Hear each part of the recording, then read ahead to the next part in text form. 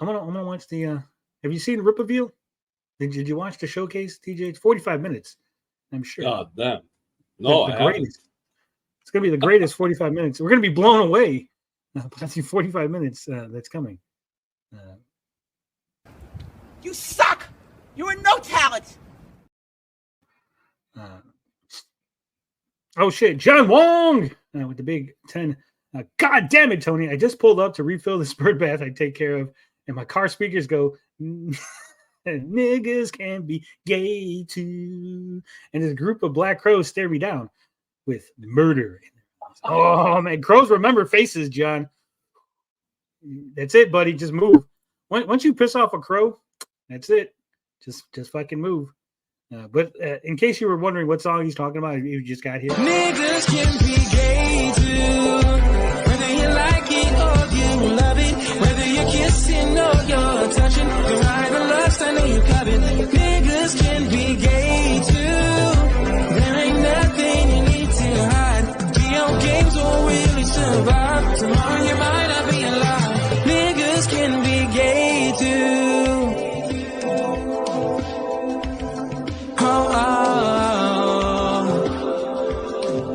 Niggas can be gay too.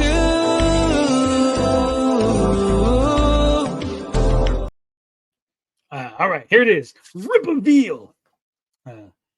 Everything's a Rippaveal. Rippa testimony. Rippa court. He's gonna have Rippa lawyers.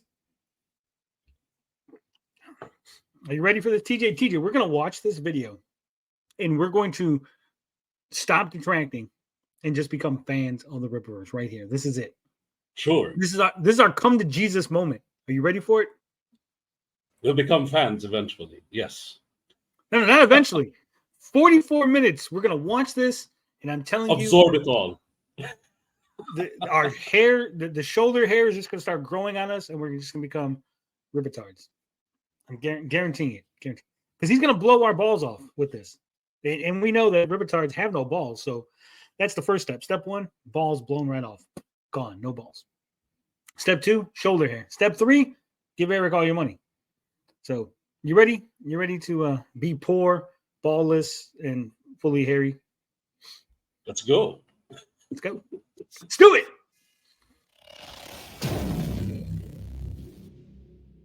No, guys, no spoilers. I see people in the chat writing stuff. I didn't watch the Rippaveal. No, please, no spoilers. I'm going in blind. A Rippaveal showcase. What the hell's with this? Why is it like a play button in the O? Is that like a hint? What's up, Rippaverse family? I'm Eric July, the founder and owner of Warehouse Comics, and welcome to. Why can't he like put a sheet up? Just put a fucking blanket and like green screen it or something in the warehouse. Like he couldn't rent out a fucking a venue, right? For like $100 and like a room, a hotel room, something to shoot this. To our first ever Rippaveal showcase. These are showcases that we'll do as frequently as needed, and they'll show off future Rippaverse content. And so this is the first Rippaveal, and they're going to do Rippaveals as frequently as needed. But we didn't need this one, TJ. Did you need this, TJ? Was your life like incomplete without this? Nope. So then, like, we're 23 seconds in, and I'm like confused. Eric, all you had to say was, we're gonna have these Rippaveals every 6 months, right? Every year. It'll be an annual event. It'll be a bi-monthly event. It'll be a fucking bi-yearly event. Not as needed. Like, what? I don't even know what that means. Like, we're just bored. They got nothing to do. We'll do a fucking Rippaveal. That's you get to probably hear what insights from our creative teams. Before we get started, I have to thank all of the fans out there for making this. So we're gonna do it every 2 weeks ago. There you go. Yeah, Wilbur, you're right. 2 weeks earlier, Such a successful. I started the Rippaverse in 2022, and by the end of 2024, we've sold over 210,000 books and made over $10 million in total sales. As a complete in total sales, not in total revenue. Guys, total sales, not revenue, not profit, sales. Completely independent publisher. This is I think Eric's trying to fluff up the numbers, right? If Eric really wanted to be transparent and honest, he'd be like, here's what we made in profit, not sales. Yep. insane. And that's all thanks to the fans. Now we're catching up to our demand, and our release schedule will accommodate this. Catching up to our demand. Now, Eric, you overprinted the first 2 books of Isom. So you're not catching up to your demand. You're catching down to your demand. Like you set expectations really fucking high. And when you didn't hit them, then you had to lower your expectations. So you're not, I guess, in a way, technically Eric's correct, right? We're catching up with our demand because we're lowering our expectations to reach the demand that isn't as high as we thought it was going to be. So I guess technically you're right, but you're trying to make it sound like the demand is higher than your supply. Eric, you make books based on what people order. Your supply and your demand should be equal. No one is demanding more stuff than you have because you don't have anything until people order them. That's why you stopped ordering ahead, right? It's like I have a print-on-demand store that does T-shirts, right? There's no demand that I can have that I'm not going to be able to meet with my supply because my supply is based on the demand. It's literally print on demand, right? And your business works the same way, Eric. If people demand 10 copies, you'll be able to print it. If they demand 1,000 copies, you'll be able to print it, right? You're not Marvel who's just putting out books and then going, oh shit, we sold out at the store. We need more. Like we have to have a second printing, a third printing. The demand is so high that we need extra books. That's not happening. So this whole hibbity-jibbity about you meeting your demand is fucking retarded. And it's just a way to fluff up yourself, to make yourself feel better about not selling the amount of comic books that you thought you were going to sell to begin with.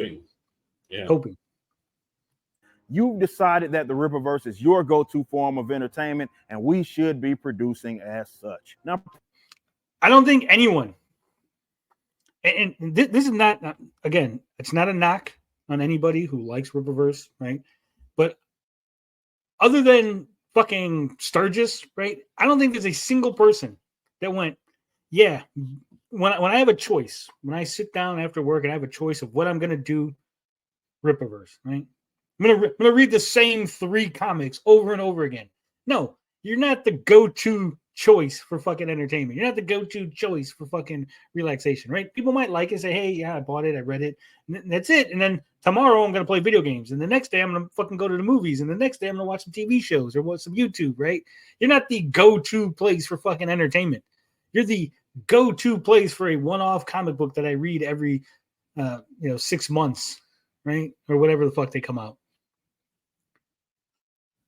TJ, please. Spoiler alert.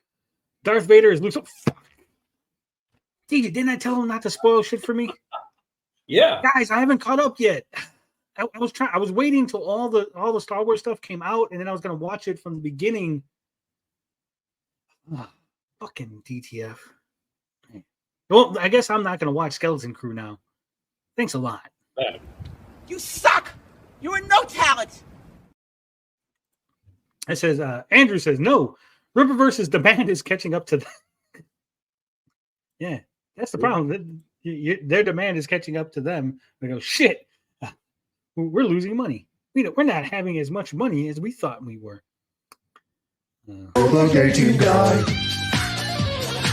DI rules. Wilbur first says, spoiler, Snape killed. What the fuck? Snape killed Dumbledore? I haven't watched the Harry Potter thing yet.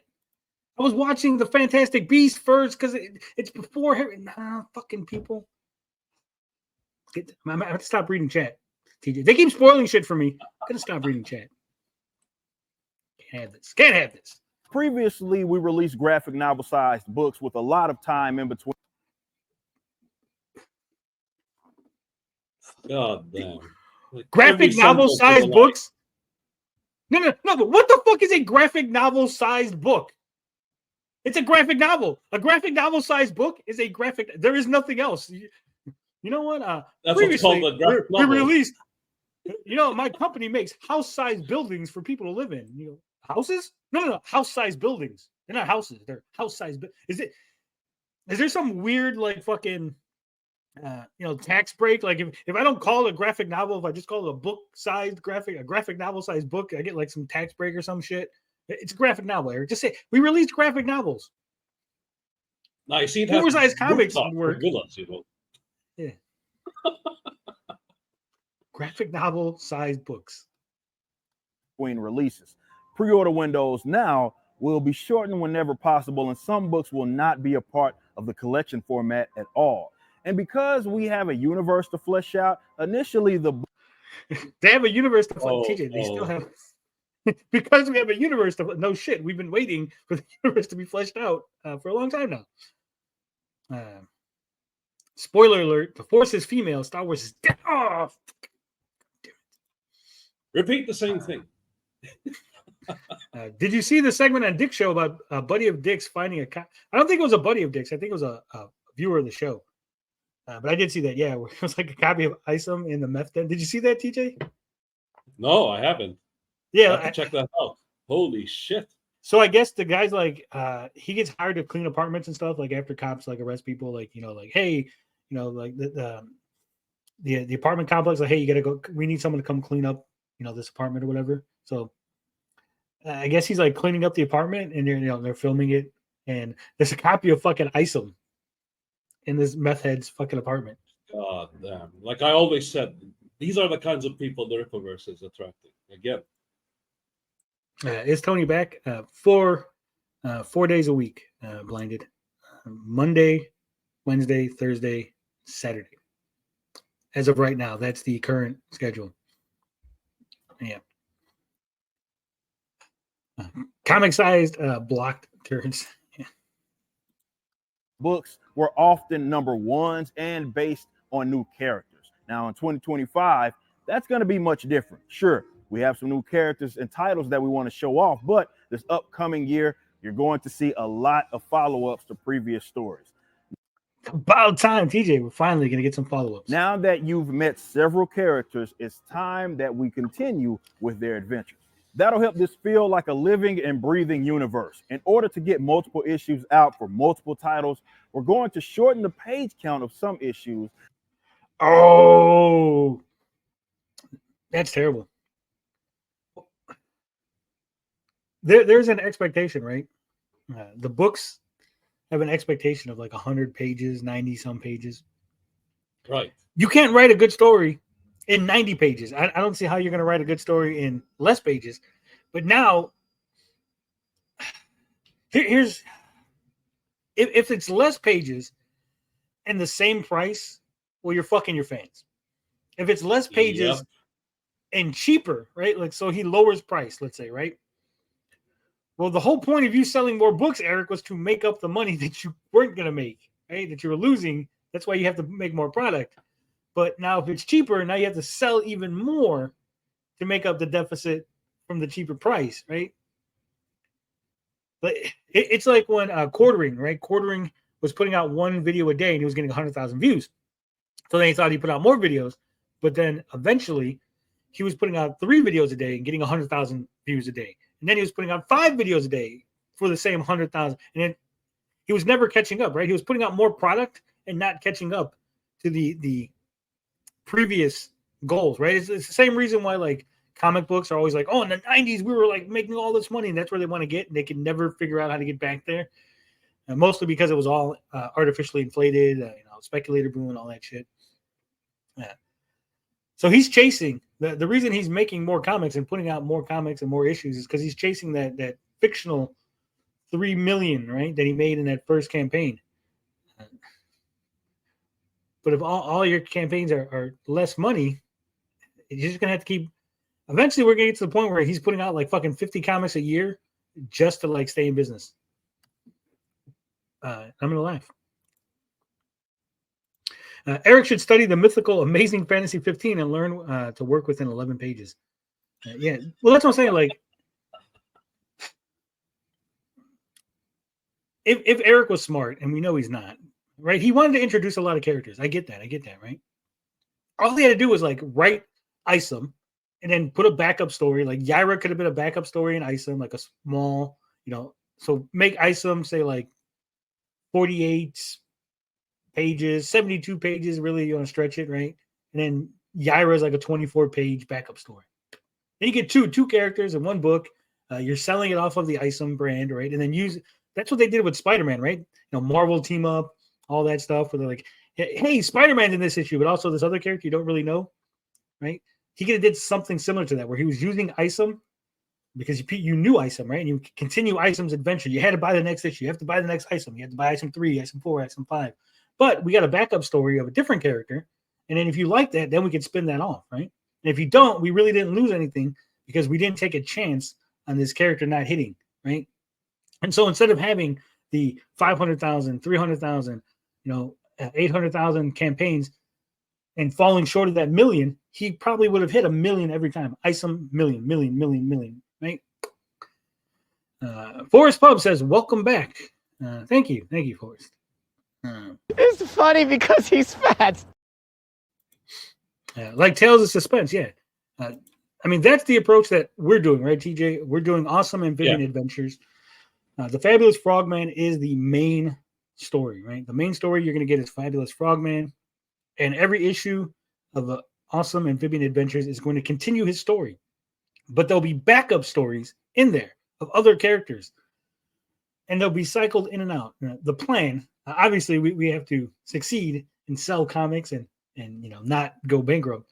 But the plan is to have backup stories with other characters, and if you guys like them, then eventually they will be spinned off to their own thing. If you don't like them, well, it's not a big loss because you were buying it for Fabulous Frogman anyway. That wasn't the gotcha you think it was, Eric. All right, what we got? Now, they'll still be much bigger than the traditional floppies, but this will now lower the cost of entry while not having you wait so long between issues. It's going to be a very productive year, so we'll start with some things that you may already be aware of. Let's take another look at the Rippaverse Trinity. Hold on. Apparently, TJ, we fucked up somewhere. So, this is my fault. So apparently, when I put the goal on YouTube, right? I started the goal. Well, I started it before we started the stream, and I guess it just the timer just kept clicking down.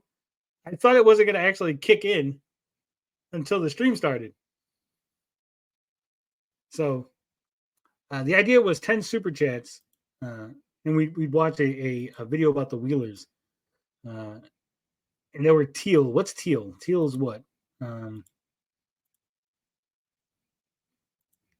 Teal the $5 ones or the teal the $2 ones? Fuck. No, I believe the $5 ones. So say 1, 2, 3, so 4, green, 5. the greenish. Say we got 5. We'll add these 3 up together. 6. Say we got 7.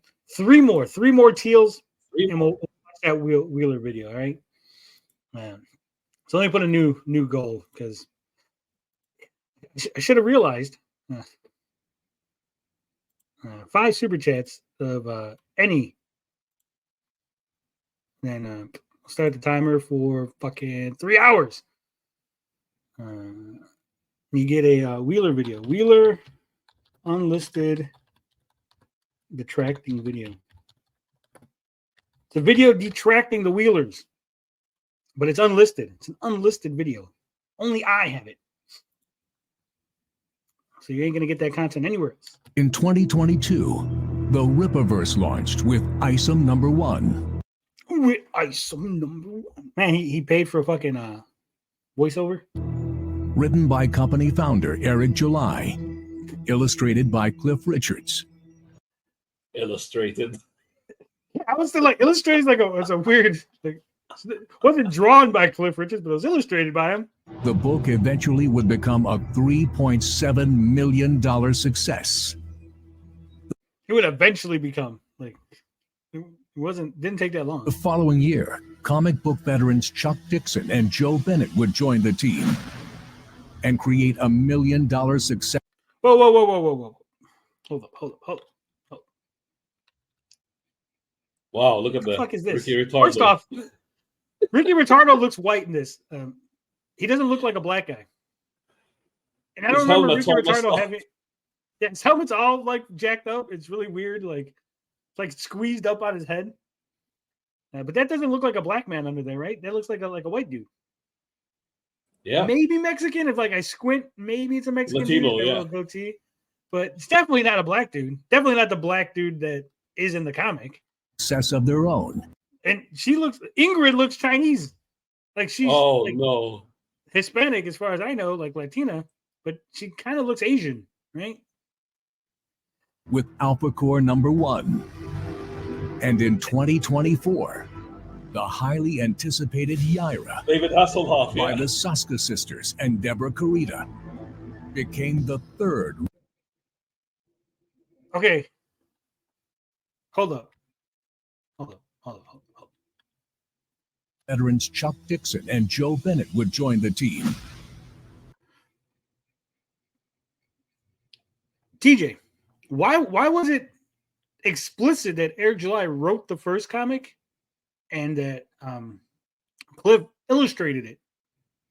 But when it came to Alpha Core, Chuck and Joe are on it. Who wrote it? Yaira, Deborah, and Sylvia, the Saskas and Deborah. But who did what? Like, if I don't know, I'm just watching this as someone who's just watching this, right?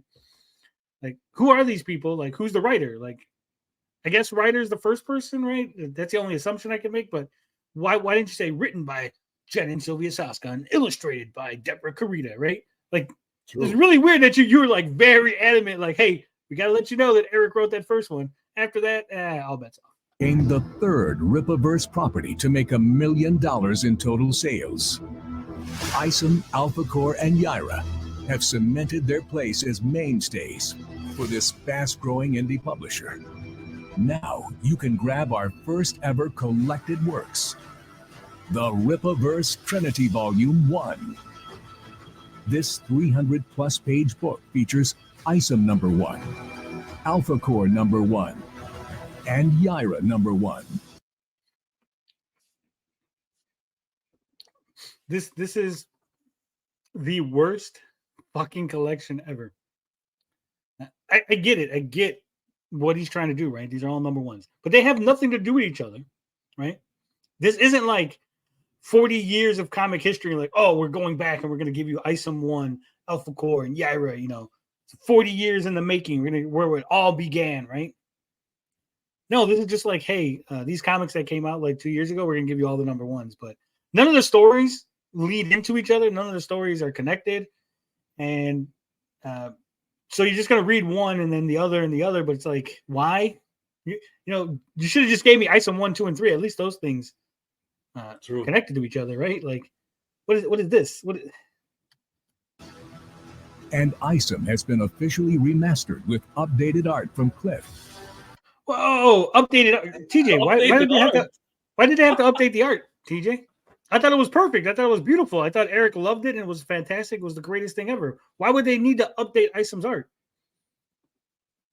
And colors from the all new series. All of us, making fun of him affected them. And new colors. They got rid of Gabe.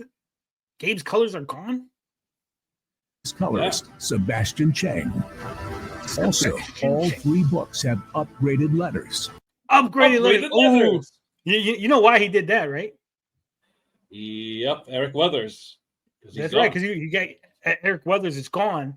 So Gabe El-Taib gone. So screw those guys. They're not getting any credit. They're not getting their names on these books.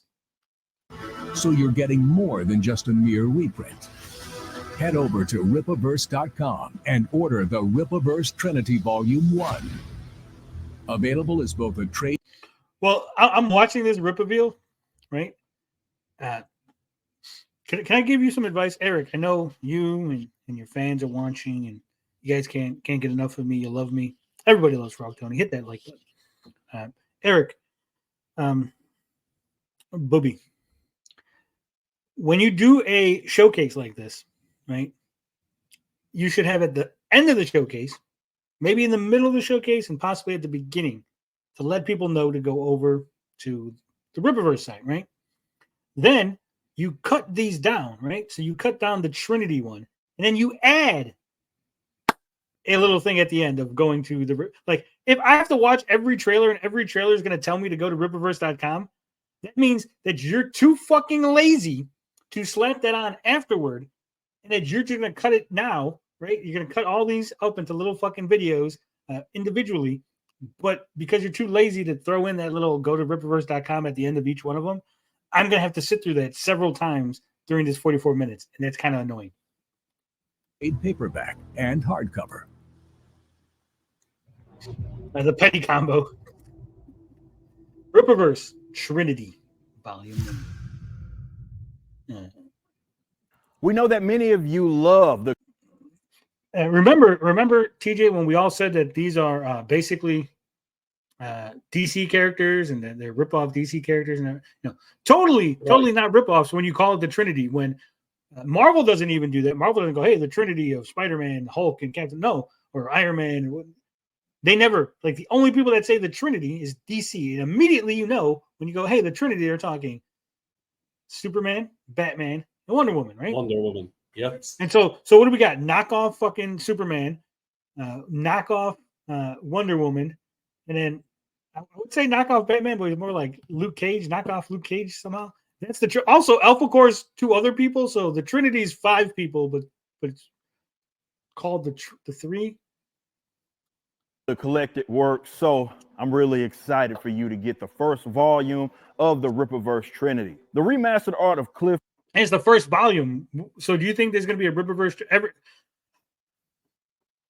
What it says to me when you say that, right? When you go, again, this is like salesmanship 101, right? And obviously Tony doesn't know about selling things because Eric July made a bunch of money. I get it, Rippaverse, whatever. Don't say this is the first volume of the Trinity. Just say it's the Trinity, right? Sell it. And then when you make your second volume, then people are like, oh man, because you're now priming the audience. I am going, well, it sounds like he's going to have like issue 2 of everyone like collected together. So I'll just wait for Yaira 2 and Alpha Core 2 and just wait till the Trinity volume 2 comes out, right? And the Trinity volume 3 comes out. Like, you're now going to run into the same problem that Marvel and DC has, where they make floppies that are going to be, we know they're going to be collected editions, so then people just buy the fucking collected editions, right? Instead of buying the floppies. So now you're telling them, hey, I'm collecting all these things, all the Trinities being collected into volumes. So you could just wait and now get the volume 2, volume 3. And also this doesn't make this special, right? The Trinity, boom, the number ones. It's kind of special, but then you go, hey, it's volume 1. There's going to be more of them. It's not as special, right? Cliff Richards looks great, and it's also our first ever oversized hardcover. It's up for pre-order right now, so go reserve your copy. But do they have other hardcovers, TJ? Not that I know of. Because he's like this. He emphasized oversized. It's our first oversized hardcover. But like, you don't have any hardcovers to begin with. So just moving on. Not too long ago, we announced our first cosmic hero, an original conception of both Chuck Dixon and Joe Bennett. It looks like many of you are very excited. Looks like many. I haven't heard anyone be excited for Zaylin, but Yaira was the first cosmic hero. No. She's not cosmic because she's on Earth, so it doesn't count. There we go. Like Silver Surfer wasn't cosmic because he got stuck on Earth, so he wasn't a cosmic hero. Even though he had the power cosmic and he did cosmic things, but he was on Earth, so he wasn't cosmic hero.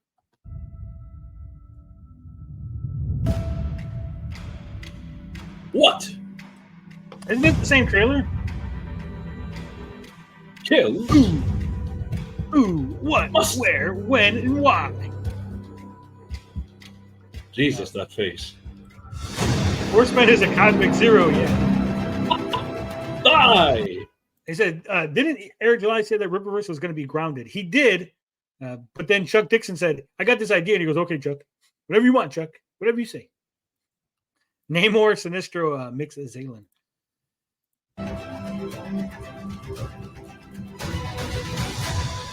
Did his costume just change between fucking that? So this is his costume. Look at this, right? He's got this generic Green Lantern symbol. And he's got a lot of green on the chest. He's like Alpha Core, but in space because he got all that green. Right. And boom, now he's got like this metal thing, and it's like a metal. Oh symbol. God, are they going to do the Yaira thing where he suits up at the end? Probably. I wonder. Yeah.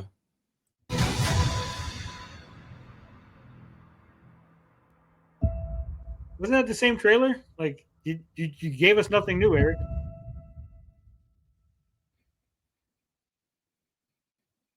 Coming 2025, though. Okay. But what's it about? Hey, this is Chuck Dixon. I got How come Chuck Dixon gets the nice green screen? Right? He's in the warehouse clearly, but he gets the nice green screen. a new project coming out called Zalen. It's a brand new character I co-created it with Joe Bennett. We cooked it up in our sick little minds. He's a space-going, space-faring, cosmic warrior. And he's a space-going, space-faring. Those two things mean the same thing, Chuck. They mean like at some point someone just said stop, Chuck. Let's roll that back, guys. Reset. Put the lighting, Chuck. We're gonna need you to take it from the top. You said the same thing twice. We're gonna need you to.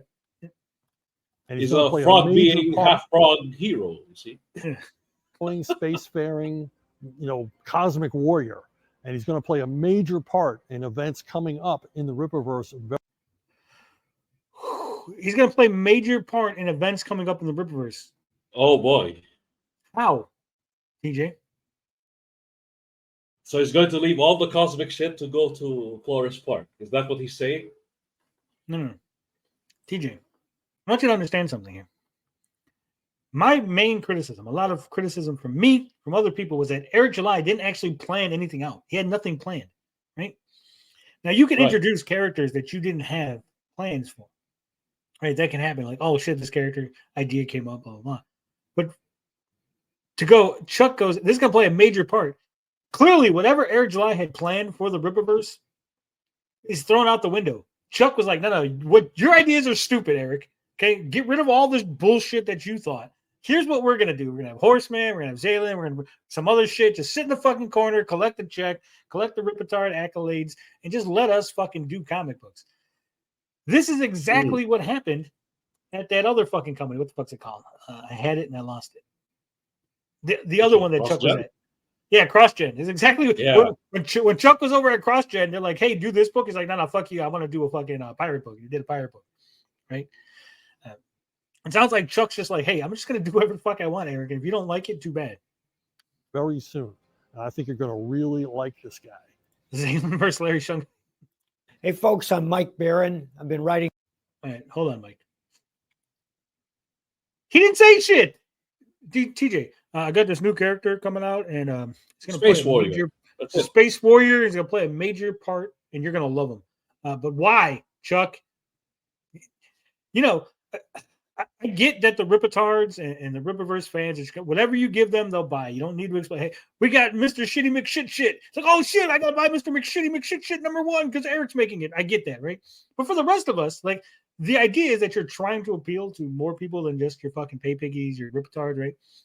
You should probably, I don't know, tell me what the fucking book is about. Hey, here's a story about Zalen. He's a space warrior who was wrongfully accused of committing traitorous acts against his government. And so he rebels against them and becomes the traitor that they accused him of being. Zalen, it's a new fucking adventure. It's fucking Rippaverse. It's going to change the cosmic landscape. It's going to fucking change the hierarchy of the Rippaverse forever. Whatever the fuck it is. Something. You go, okay, I kind of know what it's about. It's not. You didn't give me everything, and there's going to be twists and turns in the story, and I'm a little interested in the concept. All we got is, hey, look at this funky-looking guy that kind of looks like Namor. He's wearing like a green suit, and he's in space.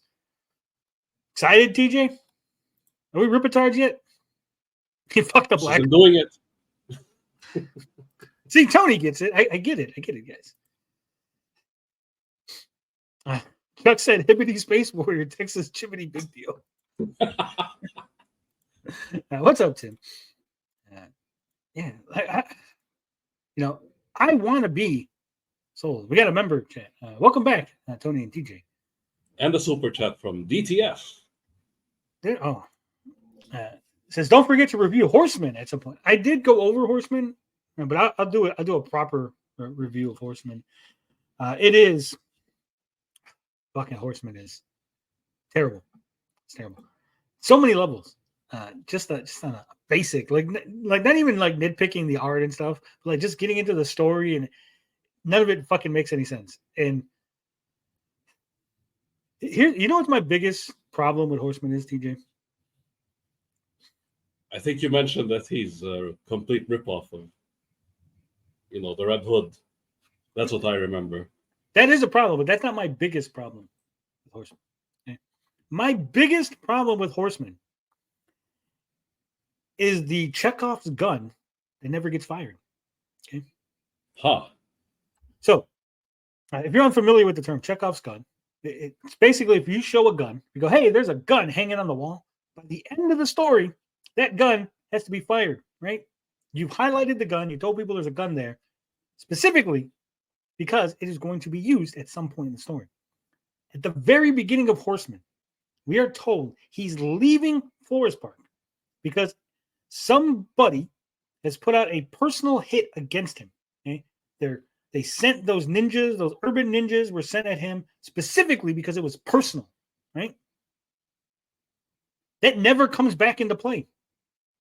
The guy doesn't track him down. He doesn't go to Forest Park and like he's doing stuff. And then, oh man, the guy from the other city tracked him down, or the guy shows up at the end like, oh, we figured out where Horseman is, right? Like there's not even like a little cliffhanger, like where, Horseman does his adventure in Forest Park, and then the gangsters from fucking wherever the other city, we'll say New York, right? The New York gangsters are like, hey, there's a report out of Texas that matches Horseman. It's like, oh, we found him. Boom. Now like they're going back. Like that's the cliffhanger. Like the guys from the beginning came back and they're going to get him, right? In the next issue of Horseman. Like nothing. Like you just know that there's some weird gangster guys in this city where Horseman came from, and then never mentioned again. And it's so annoying. Like you could literally flesh out another city, Eric. You could have fleshed out another city that wasn't Forest Park. You could have showed Horseman fighting these other guys, blah, blah, blah, blah, blah. And then at the end, he flees to Forest Park, right?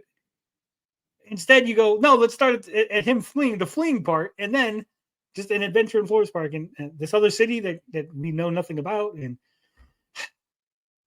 wasted opportunity. And which is, I think, sums up the Rippaverse. True. Are you retarded? Sometimes I feel like I am.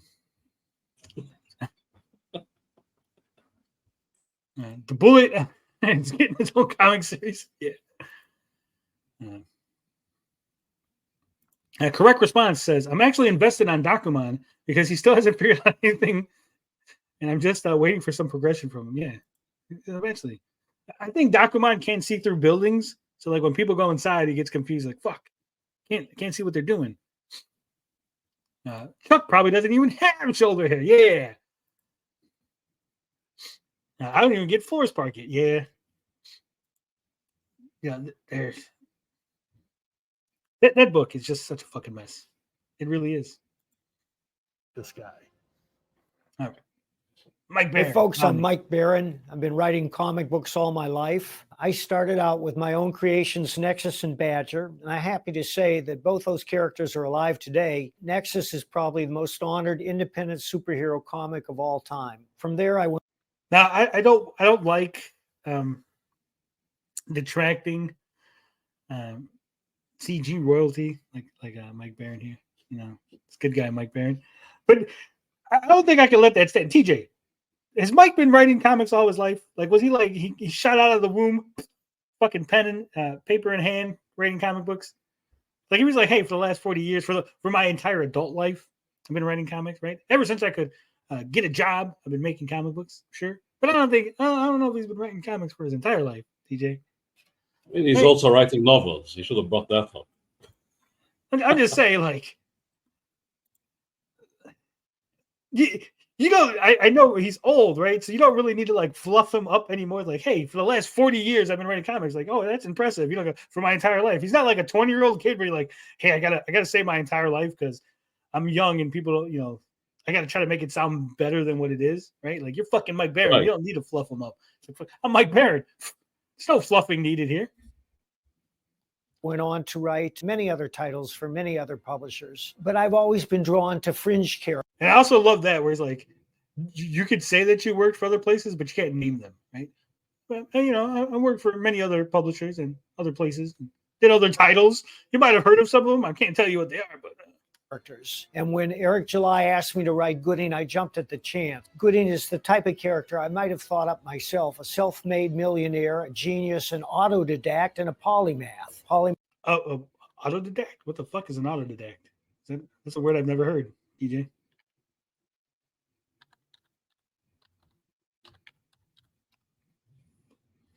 Autodidactism or self-education is the practice of education or the guidance of schoolmasters. Oh, why don't you just say you were self-taught? Why you got to use a big word like that? Make me look stupid, Mike.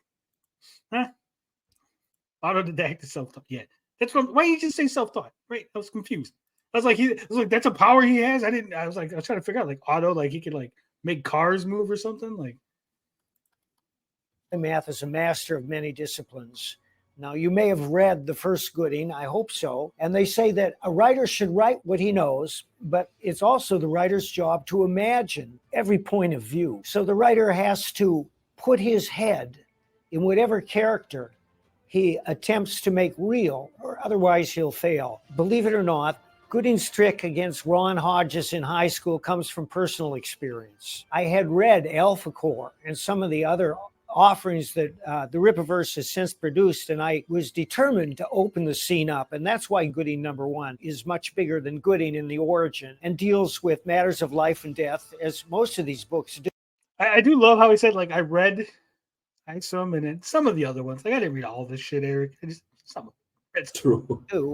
And also with international disputes. But I was thinking of Alpha Core, and I realized that for every action, there's an equal and opposite reaction, and that the existence of Alpha Core, a number of superheroes dedicated to good in Fluorspark, required the rise of another organization. And that's where Delta Base came from. Wait, you just threw that in like at the end there. Delta Base. Yeah. I thought this was a Gooding like #2 fucking pitch, but like also Delta Base. Like what? Like that's whoever scripted this, very bad. Gooding, and Delta Base, and more. That's actually the name of the comic. It's just called More. Mike's like too lazy to like think of a good name. He's like, fuck it, just call it More. Boom. All right, guys, let's get to the rest of the showcase. We have a bunch of announcement trailers lined up for you today. Was that like a necessary transition? TJ. Amazing. It was like 3 seconds. Like, all right, let's get like there was nothing, like you weren't talking, right? Like if he was talking and then he's like, all right, that's enough Isom talk. Let's get to the rest of the fucking announcements. That would make sense. Like you just popped in, like Chuck Dixon talked, Mike Barron talked, and then it's like, let's get to the rest of the showcase. Like you're stopping the 3 seconds that you took to tell me to get to the rest is actually preventing me from getting to the rest. Like I'm now doing this, wondering what the fuck you were doing instead of watching the rest of it because you did that.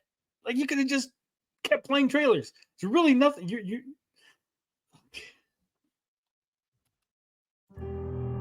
I miss you. It's like the Kathleen Kennedy faded so meme. Damn much. Things weren't supposed to be this way. You should still be here next to me. Failure isn't what we do. My brothers, my mother. Is that going to be the fucking thing? Like Alpha Core's like, failure is not what we do. And then Delta Base is like, but it's what we do. Delta Base. If only I could turn back the clock. Why do these TJ? Look at these characters. Right? Hold on a minute. Oh, they all dress like me for some reason. Well, they're all vampires. Look at these characters. Look at this. If this was a Marvel comic and they were like, this is the new fucking character coming out. These are the new fucking people. Oh, yeah. If I'm at Blackman, like how they went look after the Harry Osborn, the new one, right? For the new Spider-Man series. They look like him. It looks like fucking Michael Jackson pretending to be a vampire. T. Franklin. Black Michael Jackson. Before T. Franklin, yeah. Like, that's what I'm saying. Like, this kind of shit if it was Marvel, like everyone would be like, oh, this is fucking woke. Like Eric does it now, it's fine. Like you can make these guys masculine. Why do they look like fucking twinks?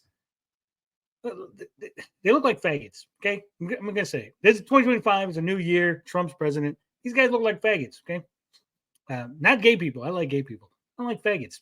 That's what they look like. Okay. If only I could turn back the clock or find some magic to bring you back.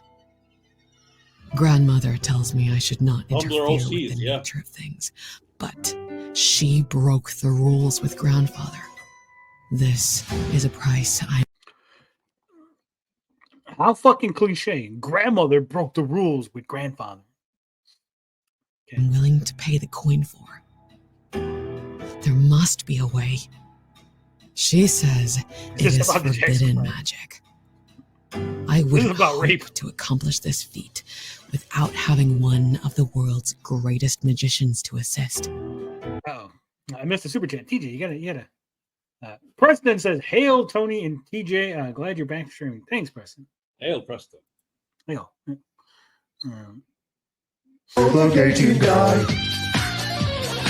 DEI rules. Yeah, that's what we're watching. DEI fucking trailer. Well, Nana, I just so happen to have one of those, and he owes me big time. Their souls are on the other side. Can I hope to traverse oblivion to be with them again? Oh my god, she's related to Dick Masterson. Look at her face. Look how tiny her face is. Yeah, look fucking Dick Masterson face. Like this is her entire head, and then like her eyes, nose, and mouth are all right here. Like, what's the rest of this then? It's got tiny face.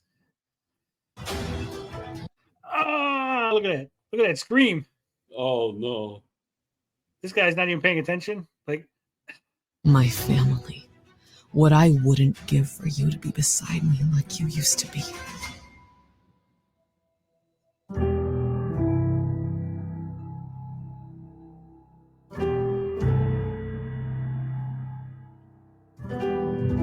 Zombies. I still have no idea what's going on. Bloodroof number 2. Number 1 hasn't even come out yet. I guess that's why they can't tell you what number 2's about, because fucking you haven't even read number 1. Huh.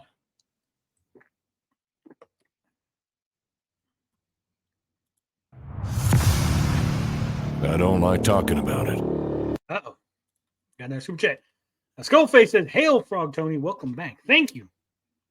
And with your super chat, I think we've reached our goal. Fuck it. Now we'll watch that video. English, motherfucker. Do you speak it? I speak it. I don't know if the rest of you do. I definitely speak it. Christ, it was. That's what I'm saying. Like, I'm not interested in any of this shit. TJ, I think I'm not going to buy any. Like, it's just going to be the same shit over and over. If you guys want me to buy Rippaverse shit, you're really going to have to, like, convince me. I'm going to do a fucking Mike Partika. Guys, you're going to have to, like, give a super chat and be like, this is for you to buy, like, Zaylin or whatever. Like, because it doesn't even look fun to detract anymore. It's just like, yeah, it's another book. It's another pile of shit. But we should talk about it more as a nation. It was an already fractured territory. Texas today is not Texas of yesteryear. What seemed like a usual international conflict changed the lives of everybody. Especially me. Oh, we're finally getting it. The Great War of Separation. I'm guessing this is him, and knockoff Iron Man is someone else. Like, are we gonna have the exact same fucking problem with Marvel, like with the MCU, where they're gonna shoehorn all these like, oh, look at all these heroes and all these like superpowered beings that were around back then, right? But yeah, why aren't they in the current books? Oh, because they're just not. Don't worry. The Eternals were around this whole time, guys. Yeah, they're just in the background.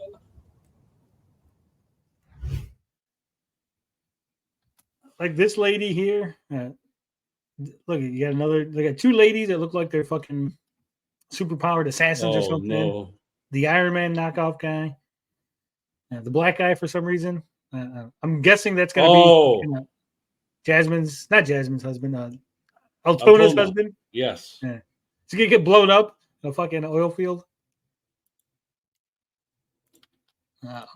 John Wong says, let me guess. Some asshole got disrespected. That's what it is.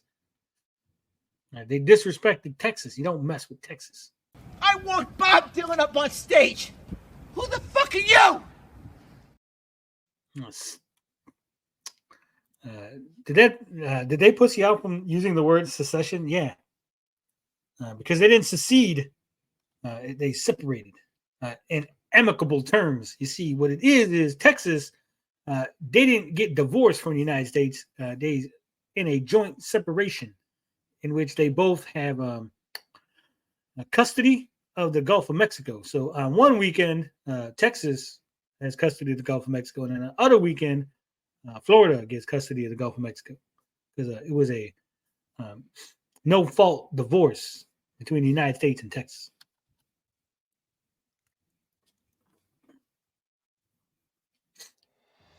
There's an upcoming project, The Great War of Separation. This is a major, major event in the Rippaverse universe. It's written by me, drawn by Jack Herbert. It looks astounding. The artwork looks astounding. But the thing you need to know as a Rippaverse fan is the story. Okay, wait, hold up. This is Chuck Dixon taking over all over again, right? Look. What the fuck is this? Adding all these characters. This is a star, and then this looks like paper, then like folded. Like I don't even know what the hell's going on in this cover. DJ, what's going on here? Oh, the stars are getting folded. See, look at that, one by one. But why? Yeah, exactly. Why? What's the point? So like I said, she looks like somebody. These people, they're all going to die. They're going to be like 18 different superpowered people dead by the end of this. Rippaverse fan is the story takes place decades ago and explains how Texas became an independent state from the rest of the United States. And well, it's not an independent state if it's its own country, Chuck. It would be an independent country from the rest of the United States. How a lot of the characters that you already love in these stories came to be. How they got their powers, what makes them accepts and what is an accept. And a lot of this is explained in The Great War of Separation, coming soon from me and artist Jack Herbert. This is a great big honking origin story that you're going to need to read. This is the origin story that's not in any of the books that you already bought. It's going to be in a separate book. Fantastic. I'd already looked it over. I have a lead, but I like to look my clients in the eyes. William Scotcher, Chief Operations Officer of Fritford Trucking. They are being targeted. Tens of millions of dollars worth of goods have been intercepted. They only deal with high-value loads, and this has to lower trust with the other companies. Is he literally just reading the fucking narration boxes from the comic? Yeah. I was like wondering why I've heard this before. Goal achieved. Godspeed, chat. We have a super chat. Should I do a Lucky Duck comic showcase? This is for the beer in case you read the next Rippagram.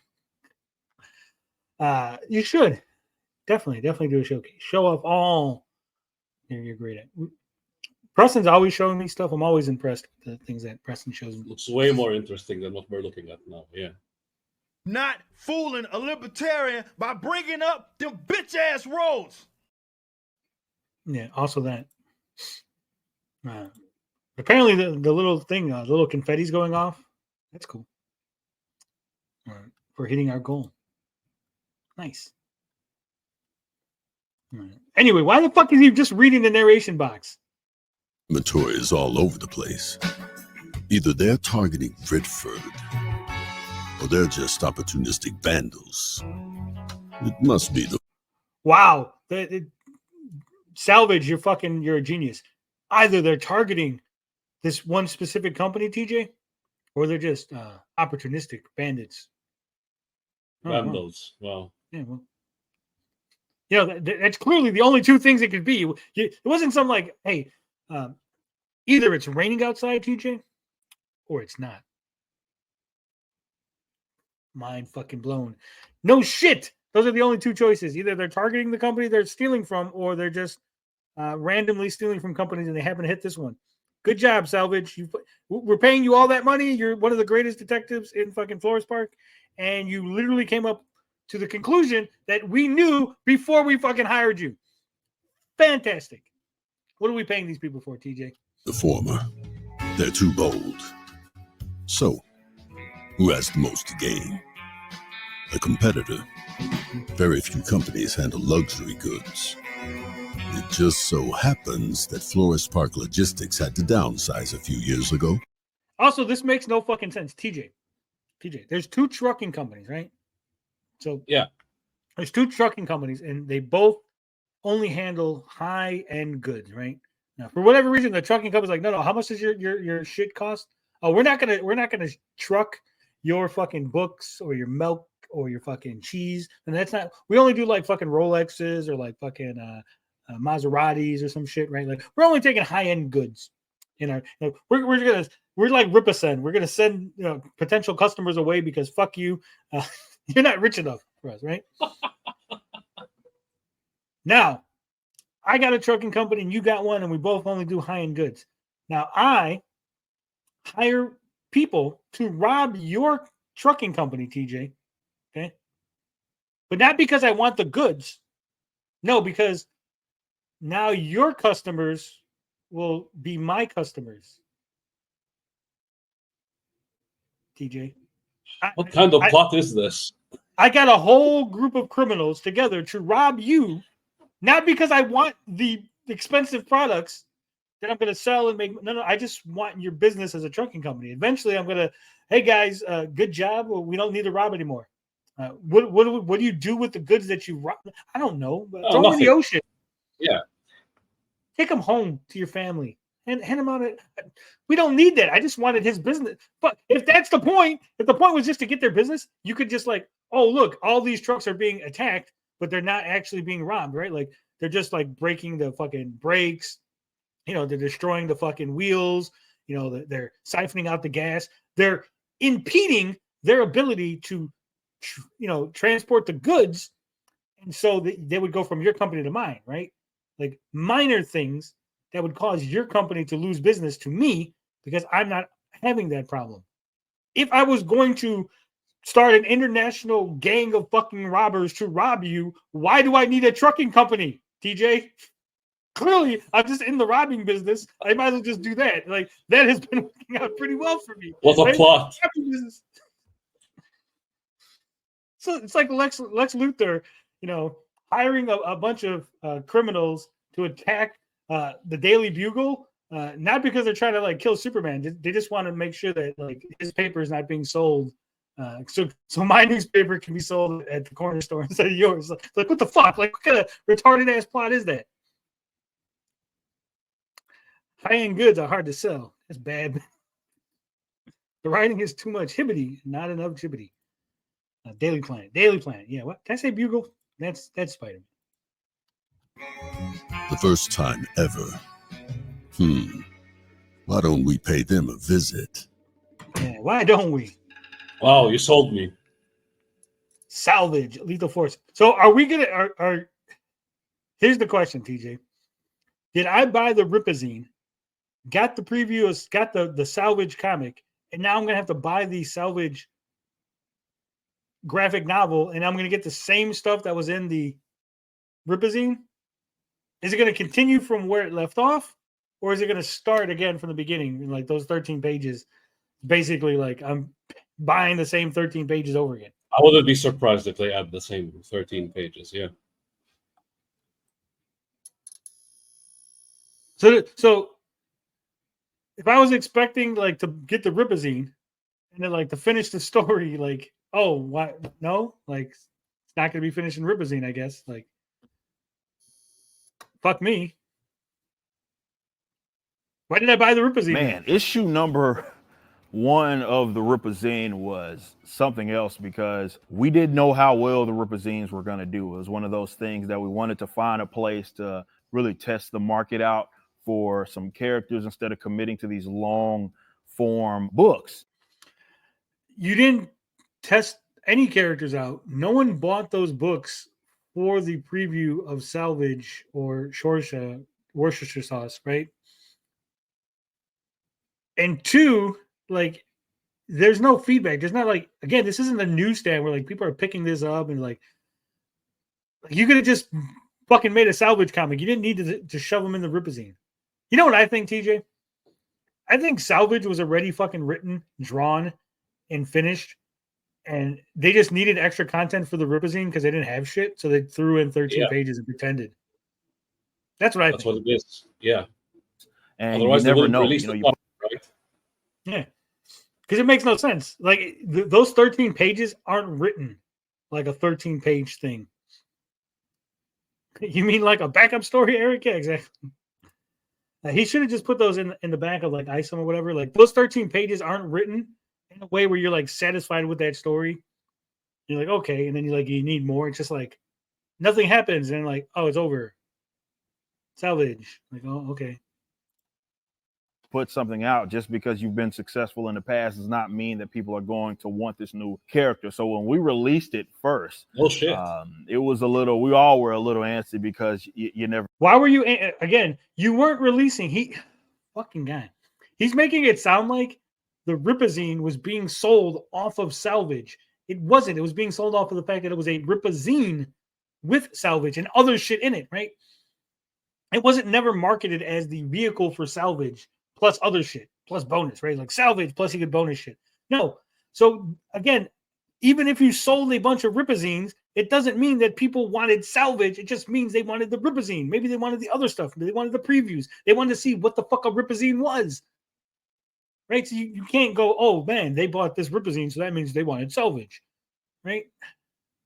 Never know what ass backwards things. I am a nerd for a lot of old detective stuff, crime noir things, and it was fun to write Salvage because people got to see that kind of side of me. It is a completely different story in comparison to something like ISOM, for example. They're two completely different characters altogether. Really, in the general style or genre. That yes, because ISOM isn't a detective story, but Salvage is.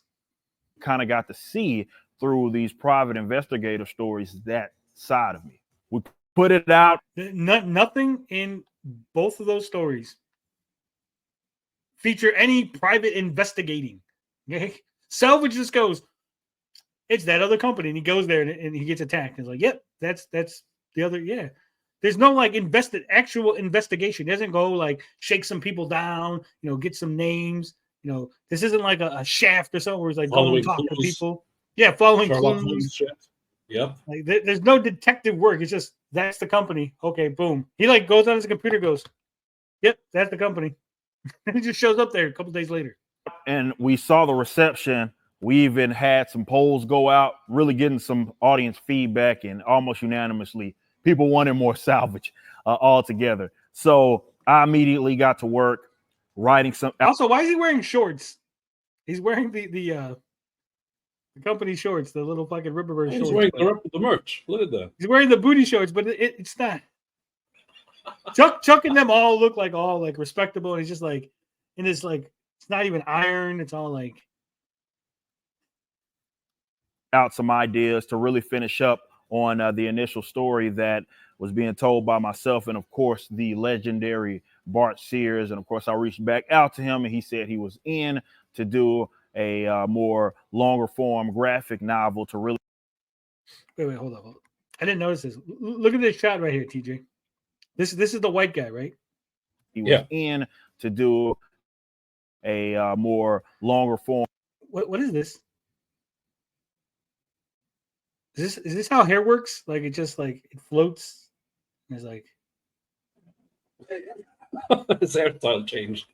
It's like he's like a horse's mane. It's just like floating there. Like it's not. It's like how I draw Nightmare's mane, right?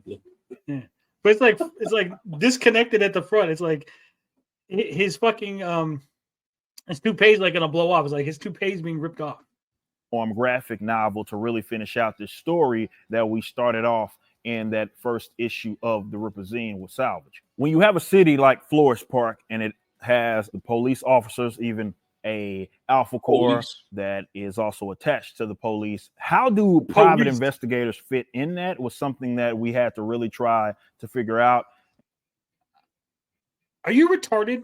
Oh, we have police officers and detectives, but private investigators are still a thing because people need personal service, right? The police are not there to investigate everything. Like there's a crime that happens, and sometimes there's so much crime that the police cannot dedicate the resources to each individual crime, right? You got a detective who's doing several cases. That's where a rich person would go, I need a private investigator who can give me round-the-clock service dedicated to this. Even with superheroes, you would still go, well, Spider-Man's, he's fighting thugs. He's not investigating crimes, right?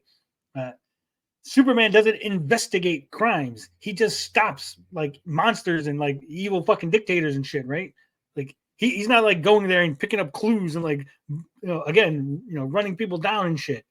So it's not that hard to go, yeah, there's going to be private investigators in the city, right? Like it's not that hard to fit that in the puzzle there, Eric. And I wanted to make them special, not just any sort of private investigator. And this is how we came up with the whole LF certification as Salvage Lethal Force, which is what this upcoming graphic novel is going to be. That's what that LF stands for. And it's a special certification that only few people in Flores Park even have. Three, Eric. 3 people. How do you not remember? I remember that because it's in the fucking story. You said 3 people. Only 3 people in all the fucking Flores Park went and got this certification. Have Salvage being one of them. So it was our way to really kind of not just make it special to him, but also get the mind jogging as, okay, so you have this. Mind jogging. So what do other investigators do? Like people are shooting at them and they're like, I can't shoot back. I don't have LF certification. Don't worry, guys. He's not LF certified. He can't shoot us. And you're like the bad guys are just shooting at you. Like, is that? Like, he understands, like, you could, like, when people shoot at you, you could shoot back. Like, you don't need a special certification. Here in the real world, self-defense, right? Yeah, private investigators and stuff, like, they they use lethal force and they fight people and stuff. Like, when shit hits the fan, Dog the bounty hunter's chasing people. He's not like, oh, no, like, we can't shoot people. Like, what are you talking Unless about? Flores Park is like Demolition Man. Remember that? Yeah. That's not what mind jogging means. It's all mind boggling. You're not even allowed to swear in the Demolition Man universe. Yeah. Private investigator in Flores Park with this special certification. What about the others? So, Salvage is sort of investigating this crime or these repeated crimes that have been committed against a trucking company. So is it a crime or is it a repeated crime, Eric? And certainly being where I'm from, it was something that it was a story that I had kicking around in my head. I know a lot of truckers in real life, a lot of my family members, and it sort of influenced me to kind of write this. No, Eric, just say you watched Fast and the Furious, the first one, in which they were robbing truckers, and you went, "Hey, what if I did a story about like people being truckers being robbed?" Unless your family's being, driving trucks and getting robbed by ninjas, because that's a thing that happens in real life. Story here. And I can't wait for people to kind of find out what's really, really going on. If you read the first Rippaveal, you saw the way that thing ended, and you're like, who in the world is that guy that he's going? Who in the world is that guy that was at the beginning of the story that kicked the truck open? I wasn't really curious. It was just like, that's the guy that kicked the truck. Like to be faced up against. Well, of course, you will be learning about that in the Salvage Lethal Force. I didn't know. He thinks he's like more clever than he is. Like he truly is like an autistic retard. Yeah. He really thinks like the things that he does are super brilliant. He's just surrounded by a bunch of fucking just knuckle dragging morons that are like, yeah, that is so fucking brilliant, Eric. That's I had no idea that a fucking trucking company could be robbed by ninjas. That's fucking great idea. Like, story about ninjas. Like you're not writing anything that's like, oh my god, this is an amazing story. Like, just wait till the twist, TJ, when you find out that the ninja guy actually works for a different company and Salvage was wrong. It's like, oh wow, that's a unique twist that's never been done. This is where Isom gets a as I was utility creating belt. the character, if I wanted to give him like a superpower, because I really wanted him to be like this character that people could easily relate to. And that's not to say that characters with powers folks can't relate to. They obviously can. But I wanted him to be a person that people could find really, really believable. So we attached this superpower, if you will, which he has this abnormal hearing, and you can. That's a superpower, Eric. You can't. He's like, I wanted to make him like not have a superpower, but he kind of has a superpower, but like so people could relate to him. But I mean, you could relate to just say, hey, I gave him super hearing, which is a really shitty power, but he was able to use that in his investigative work, right? He took what other people would have saw as a really shitty superpower and used that to his advantage, right? That would be something, Eric. Go, even if you had an ability that you think isn't really valuable, you could actually turn that into a value, into an asset. And he did that with his super hearing. You go, oh man, that's interesting. That's an interesting concept. Like you could show him like he wants to be like a superhero or something, but he couldn't because he's got a shitty power. But then he's like, hey, I could use that to like investigate crimes. See, I took my shitty power and used that to make a good thing. Eric is the living embodiment of I am 14 and this is deep. Yeah. Imagine certainly as a detective when he goes around snooping around as an investigator. Well, when he goes around Snoop Dogging, that can be a very, very useful thing. And that's that's why I explain the powers. And when you read up on this next story, you're going to really get it. I felt like we did it in a creative way. It's not just a guy with super hearing by any means, but you saw a little bit of that play out. And I'm really, really, really, really excited for you guys to read the upcoming Salvage Lethal Force book by myself and the legendary Bart Sears. Another nightmare. Every night I'm forced to watch my family die. Wait a minute, that's not fucking the lady. Where's the deep blow? Yeah, where's her accent? I thought you had to get the exact same actors and actresses for everything.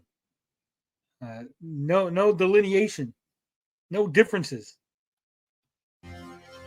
Every night I'm treated to a symphony of horrors. Why does she sound old? How hard I try, I fail. I think she's trying to do like an ancient, like she's old. Yeah, ancient. I guess. Yeah. But she shouldn't because she's still young, so she should still sound young, right? So it doesn't fit.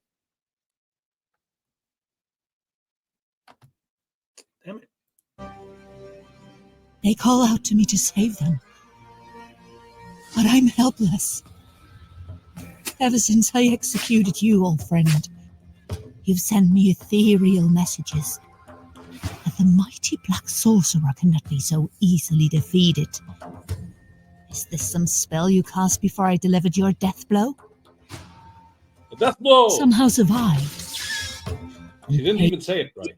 No. Patiently wait till I'm at my weakest to strike. Until you have succeeded in driving me insane. Could there be truth to my visions? Are you all still alive somewhere? Lurking in the darkness. Is Yaira going to go to fucking Valhalla and find all the people still alive, TJ? They'll find more Skyrim swords there. Yeah, sure.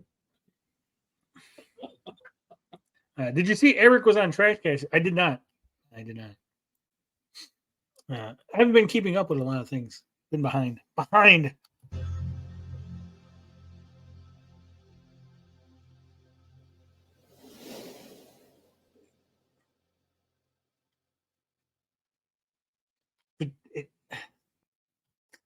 Coming early 2025. What does that even mean?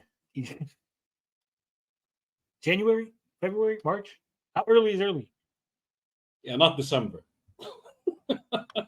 Hi, I'm Sylvia. And I'm Jen. Hi. And we are the lore masters, editors, and writers at the Rippaverse. We are also... So they're the editors. Oh, boy. They're the reason why all the comics suck. Got it. Horror directors and the Twisted Twins. Since we already spoiled it, we are writing Yaira 2. Yaira 2 is happening. Thank you for the success of Yaira 1. Thank you very much. And what happens to Yaira and Yaira 2? Well, she got in a little bit of a mess in the first Yaira. and there are going to be repercussions. Yeah, since continuity is Are we gonna have those monsters that are gonna show up finally?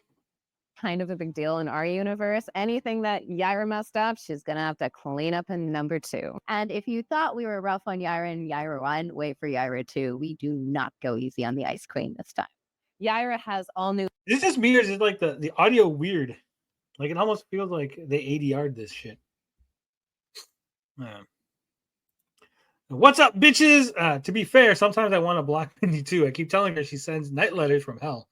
There's no concise redirect. Yeah. Yeah, they did get fat. Look at that. They're hag ravens from Skyrim. They're getting into character. Yeah, they got the sword from Skyrim and they got the hag ravens. So this is fantastic. New villains. Yeah. She has some new allies. Seriously, like what's the audio? The sounds audio really mixing, yeah. weird. I see what you mean. Yaira has all new villains. See, like, did you hear that? Like, yeah, it's like a Chinese movie. Yeah. Off mic, yeah. She has some new allies. And let's just say we saw some requests online for what you guys wanted her wearing, and Deborah Carita was more than happy to We saw your porn of Yaira, and we put her in it. oblige. We must assess the Here we go. situation. Backwards. I mean, Norfolk. Alerting the others is not required. I would not suggest such a thing, as it would send this realm into chaos. They love fucking green in the Rippaverse, don't they? It's like they're obsessed with green, yeah. Most of their is characters green. are just fucking Zaylan green. is green, yep. Green powers. This guy's green. It's weird. Anyway.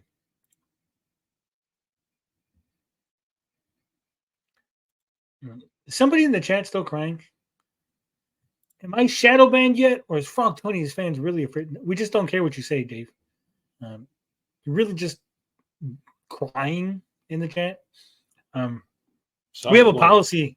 Yeah, we have a policy here just to ignore retards. So go back to being ignored.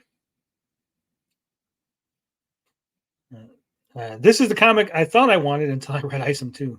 Yeah, somewhere near Florida. This is all happening.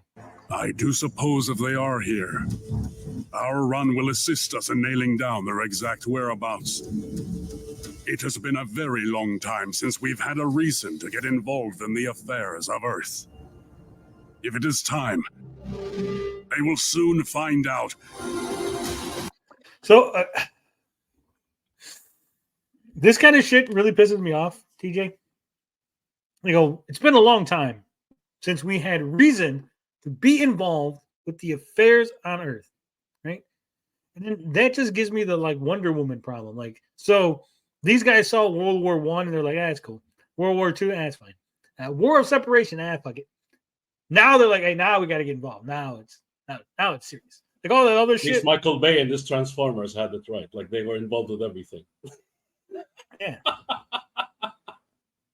like they should have been like, you know, it's been a long time since we had to openly get involved and stuff. Like, so you're like, oh, we've been covertly behind the scenes, you know, helping out and doing things. Right? Just like but now, the like, ones. yeah, like now we have to be like open about it. So that would make sense. But to be like, hey, yeah, we just didn't give a fuck about any of that other shit. Wasn't important to us. Our lyrics are not make-believe. Oh, wow. That is a good question. So does the whole band have powers or just the two dudes? I think it's just the two frontmen, right? The lead singer. Yeah, because the rest look like random schmucks. The rest are just like standing around, like not doing anything. They're not even involved into like the hibbity jibbity conversation.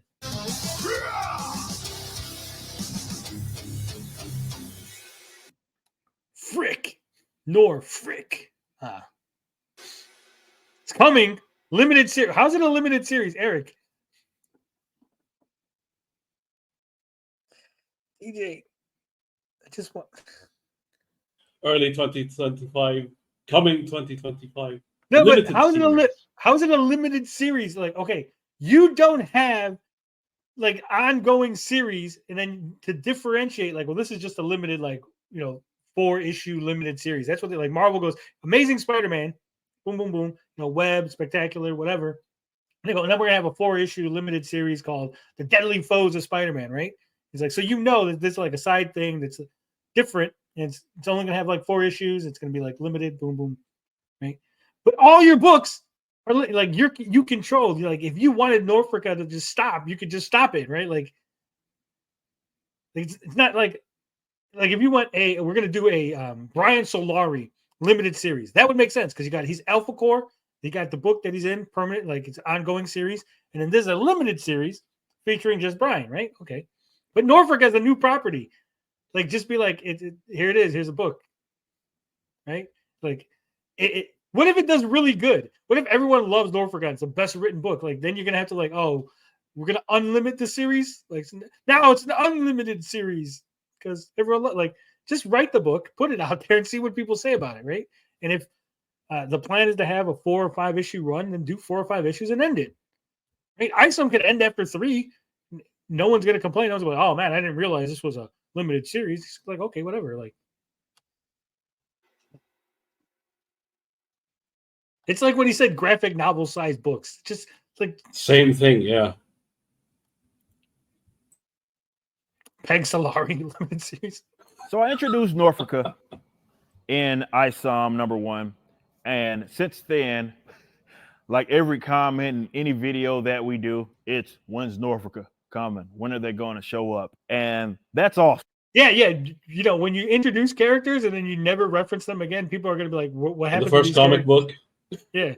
It had nothing to do with like people were hyped about it. Like, people were really excited. Like, no, it was like you showed us something. Like, and then we're like, okay, like, are you going to do something with what that? happened like, to them? What's going on? Yeah. Because they were some of the first few characters that I actually created before you guys had ever even heard about the Rippaverse, and they oh god, that means they're gonna be really fucking terrible. Have a very specific. No, Marcus Rios drew them before. Remember? Yeah, but he's saying that like these are like the first characters. So, like, before he even had ideas for the Rippaverse, he probably came up with this. God, like, yeah. Like, what if a That's band not a was good like sign. African? And, like, Yep. they're like, I like Thor, so like they're like Norse but African. Within the Rippaverse. Again, if you read the end of Isom #1, they're not just there at random. They're in this touring band, and you're left to think, why did this? They are there at random. There's like no reason for that to even be in the end of the comic. This touring band have these Near gods, Florida, or godlike beings that are part of it. Takari and Valadan, they have a very, very specific like purpose, right? And not just that, we've left nuggets along the way. If you've read any really of the stories within the Rippaverse, and so we knew that we needed to come out swinging. What nuggets did they leave about Valadan and this other guy whose name I can't pronounce? And am I retarded, TJ? Am I the retard? Because I've read your other book. I read Isom. It's just the one book. Yaira, Alpha Core, the two Salvage. Rippazine, Yeah. Horsemen. There's no nuggets in there. They go, oh shit, this is connecting to those fucking singer guys, right? Like that weird band Norfolk. Like nothing. There's nothing. Again, this goes to when you create things, right? When you know the answers, you go, oh man, that's a good little clue that I left there because you know what it's referencing. But if no one else knows what it's referencing, it's not a clue. It's just a little random thing that you put in there that no one fucking realizes, right? So what you think is obvious isn't. So you have to make it obvious, right? In order for the readers who are not in your brain, who don't have your conclusions, who don't know where the story's going, to make it obvious to them. Like, oh, that's what they're referencing, right? When we did eventually end up giving them either in a limited series or this sort of ongoing, because again, like I said, they do have a specific purpose, and they just weren't random characters that we threw in. We have certain elements of the story that we're telling that they absolutely need to fulfill, but he's gonna put the Hell Monkeys off onto Norfolka And then Iceland's gonna have nothing to do with the Hell Monkeys in issues 3. The demand. That's my prediction. Do you agree or disagree? We predicted that last time with the Ira. It didn't happen. So yeah, I think it has to be Norfolk dealing with them. That book everyone forgot was green. What book? Forgot what it was. I saw. There, so they're all green. Zalen's green. Keep things going. It's no secret that I'm a metal guy. I'm in a metal band, been in several others. Really debatable. For backwards, the one that I am in right now. So this is obviously something that's near and dear to me. One of the easier stories for me to tell. And, we're tapping. How is that? Like, guys, I was in a metal band, so clearly this is going to make it a really easy story for me to. No, those don't translate.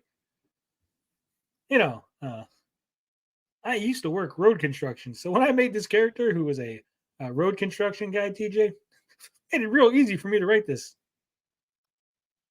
You fucking retarded. He's into some history, some mythologies, different things, but a touring band, I've been there and sort of done that. So as you guys start to... No, you weren't. He thinks he's a superhero. He thinks he's a touring. The band wanted to tour and you left the band. Yeah.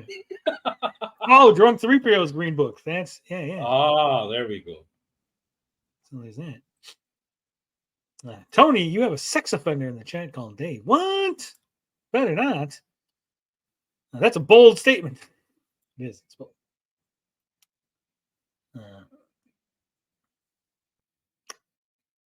Here, at least that aspect of the story. So you're talking about the present day or current day Rippaverse.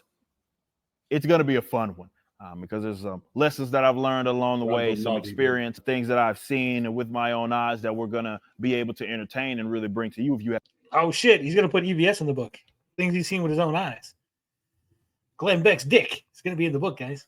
I've not ever been in a metal band or a touring band or anything like that. But yeah, because we left those little nuggets in some of the previous stories that we've told within the Rippaverse and even some of the ones in the future, there's going to be we left nuggets in stories we told in the future, guys. So,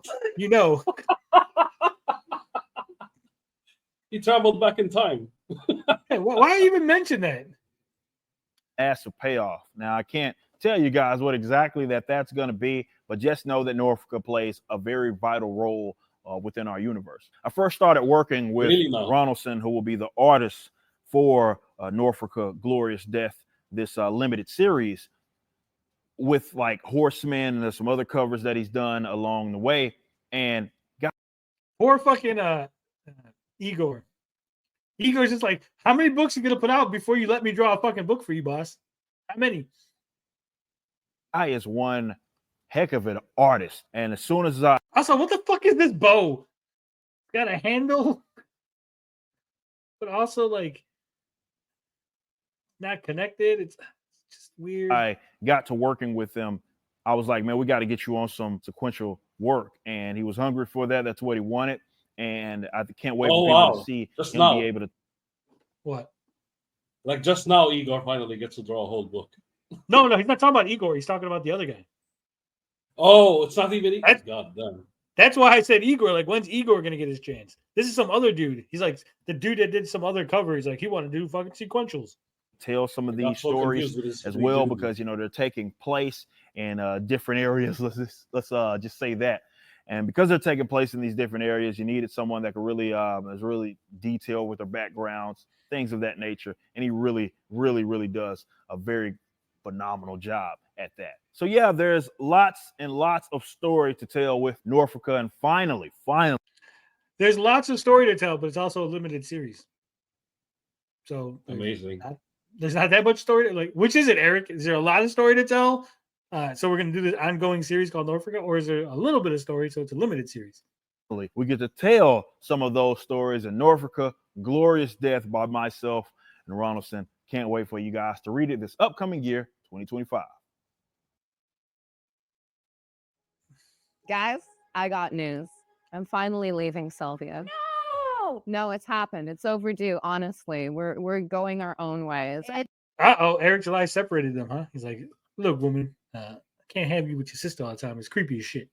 It's true. We had a lot of you guys ask, who wrote Maury Yaira? Who wrote which part? And we're like, well, I guess the audience doesn't really know our writing style. Well, obviously, the good parts of Yaira that you liked, I wrote. We'll see. Oh. You can feel when something bad is about to happen. Yeah, the audio on the Sylvia part or the Saska part is so bad. Like, you could just hear like how it got like so much louder. People swear these things appear out of thin air, but there are always signs, if you know where to look. I often see what others miss, things most are never meant to see. So is the nature of my curse. I love pain. It makes me stronger. The worse the pain, the greater the suffering, the stronger I become. Whereas others live their lives avoiding pain and suffering at all costs, I turn to it. I welcome strength, no matter what the cost. Every ending is also a beginning. From death comes new life. Before Michael Copper. Wait, hold on. That castle, that's what fucking Bloodroot's castle should have looked like. Not like that weird fucking Beerstein thing that we got. Yeah. Before Flores Park, I rose to power. A power that was my birthright. It is not my fault. Sometimes bad things happen around me, and I do not know why. Oh no, the bad lady is actually a good lady. She's misunderstood and she's a girl. Oh no, this is wicked. Sometimes very bad things happen. I wish I could control it, but I can't. She's misunderstood, guys. I just know when something bad is about to happen. She's not bad, she's just Asian. Yeah. And I've got that feeling With again. two-tone purple hair. Something bad is about to happen. Very bad. All I need to do is give it one little push. I am Lillian Ronashi. Welcome to my world. Yeah, you went from being semi-interesting, like possible behind the scenes kingpin type to, oh no, I'm actually really good and I'm just misunderstood and I'm actually not trying to be bad. Bad things just happen around me. I'm the Black Cat. And surprise, surprise, who wrote this? Yeah. This book is bad. I'm gonna say bad lots of times. So many. The Cursed. There it is. By Jen Saska. And I'm guessing Sylvia's gonna write one about the guy, right? Also, who's asking for this shit? I know, like you don't have to ask for things, you can just make things sometimes. But also, like, these are characters in your book. Could you imagine, like, you read Spider-Man and you go, oh no, like Marvel's gonna make a fucking Scorpion graphic novel now? Like, he was just like a little part of like Spider-Man #3, but like, why is he like getting his own book? Why is the Chameleon suddenly getting his own book? I mean, they did give him the symbiote once, but that's about it. No, but I'm talking about like the initial run, like boom, you get like straight away. Yeah, that never happened. True. Like, there's no reason. Like, I'm not invested. I know nothing about this character. She was in the background of a couple of scenes, right? And that was it. Like, why do I care? Like, give her a story first. Let things happen. Like, a Doctor Doom book is interesting because of all the things that Doctor Doom has done and been involved with. So now you go, oh, let's see his perspective on things, right? Let's see what Kang has to say. Yeah, you know, the Zemo book was really good. Was it Born Better? Baron Zemo, Born Better. That's really good. It's really interesting. You go and see Books of Doom, classic. Yeah, you know. But again, that's years after he was first introduced. But just to like the character shows up in the background again, not even a major villain, not even just in the background, and you go, okay, let's give that person a book. But why? Well, I have a special surprise for you fans. We're going solo. We are writing our own books. And my book will be starring none other than Lillian Renashi. Oh my God! None other than like no one's excited. Ultimate Japanese femme fatale. Who is she? She's a femme fatale now, and apparently she's Japanese. What does she want? Well, I know you're dying to know, and I'm dying to tell you. If No, you're a I'm fan not. of Japanese, Could you imagine? Like the Sasuke's got him by the short and curly so much that he's given both of them their own fucking books to do solo. horror, especially the great Junji Ito, you are absolutely gonna love this book. Huh? Nothing in that trailer screamed Junji Ito. Nothing. Not a single fucking frame. Not a single because he's Japanese, you see. shot in that thing was like, oh man, that's a fucking Junji Ito. Like, nothing. Oh, yeah, we're going to see spirals, sure. People turning into snail monsters. Yeah, sure. It is a mature horror novel. It's a horror novel. Does this look like horror to you? Like, oh man, not everything has to be horror. Could you just write fucking good books? How's that sound? Has extreme and disturbing situations in it. It is a sci-fi body horror thriller. It's horror, body horror, sci-fi, thriller, body horror, Junji Ito comic. Anything else you want to add in there? It's a slasher. It's a fucking thriller. So, and Andrew's in the room. I don't know if I can say very much more, but what I can tell you is it's better than Phelps. So much. Like, don't even bother buying Sylve's book. I don't even know if it fits into the continuity of the universe, to be honest. Lillian is going to grab you by the censored word and not let go in a good way. Just remember your safe word. Oh, no. They filmed You have to bring up your BDSM background. Wow. Yeah, and they go, yeah, let's leave that in. That's good. It's good. Oh, be honest. We all have. Remember yesterday when I didn't watch this, TJ? Can we go back to that? Can we go back to when I didn't have to watch this, when I was not suffering? Yeah, I'd rather watch Nosferatu all over again. Remember that? Their films are shit. Their comics are shit. Yeah. And again, Junji Ito is not what she was showing off and blah, blah, blah, and what they've written, even the movies that they've done, nothing like Junji Ito's work. Things in life that we want, things that we desire. You only get one life. Why deny yourself pleasure? It could all be gone in an instant. Your life snuffed out. Why are we showing shots from fucking AlphaCore? Like, we don't have enough images of this other book to show you, so we're just going to show you old shots from AlphaCore. And where did all that self-sacrifice land you? We all die, but so few truly live. Literally, this is all images images this is AlphaCore. From AlphaCore. I can see what you want. I know how far you're willing to go to make it happen. I can make it happen for you.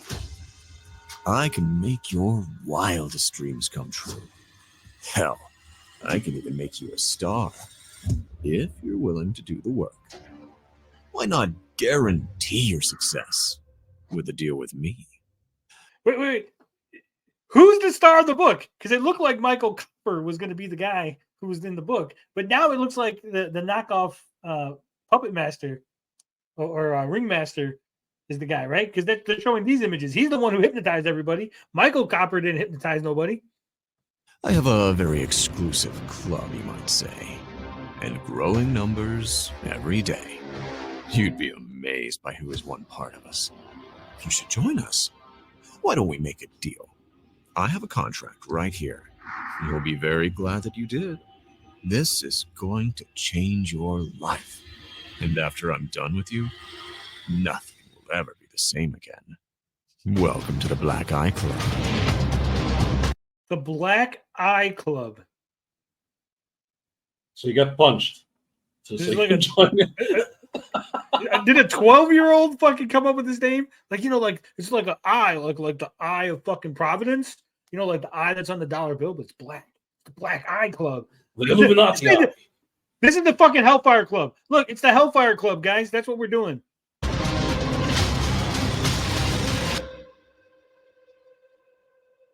What's the DC equivalent of the Hellfire Club?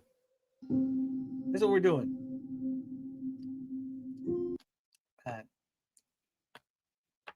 This is where, and it's green. Look at all the fucking green. Jesus Christ. More green.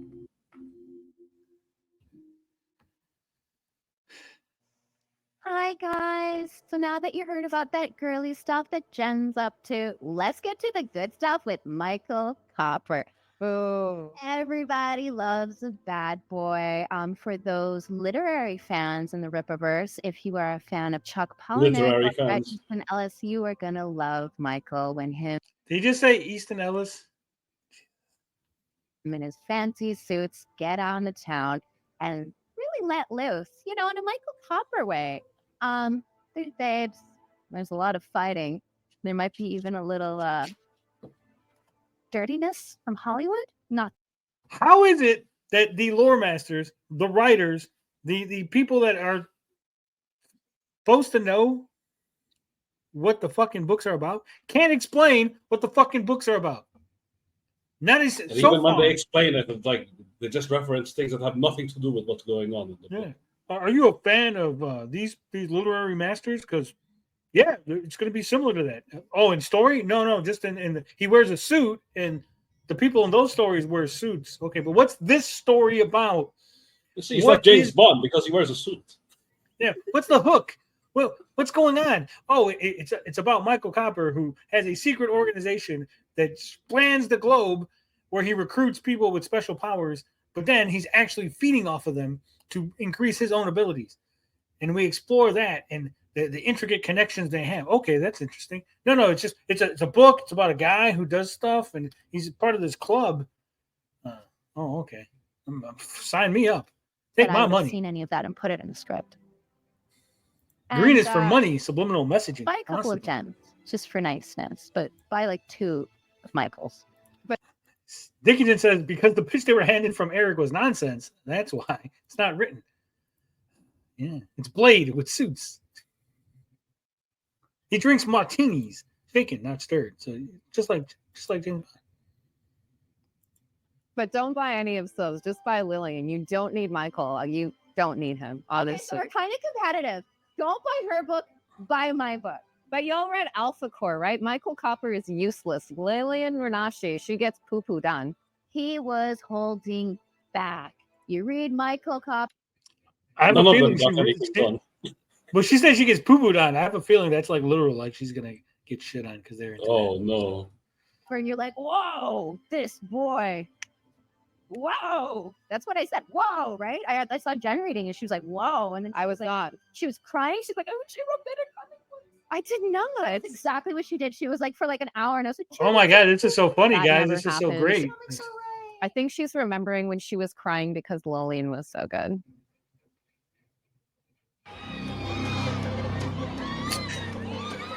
Ahora, chicas. Hell yeah, I'm in. I don't know what this is, but that was Hispanic. I'm down. What are we buying? Orale. Vámonos. Arriba. Let's go. Oh, it's Horseman. Fuck that. Never mind. Put it back. That's how he talks? I guess. Apparently, he's like Eddie Guerrero and shit. My Tex-Mex old boy Spanglish got through to them. Or maybe they were just running from the crazy dude in the mask. Probably so like Danny Trejo. Yeah, I thought that Horseman gave up being Horseman. I thought they said stop being Horseman. I thought that was like the deal. $1 million in fentanyl here. Anyway, it won't be going to Flores Park. I thought Dean Cain was supposed to. Is that Dean Cain's voice? Is Dean Cain doing a Mexican accent?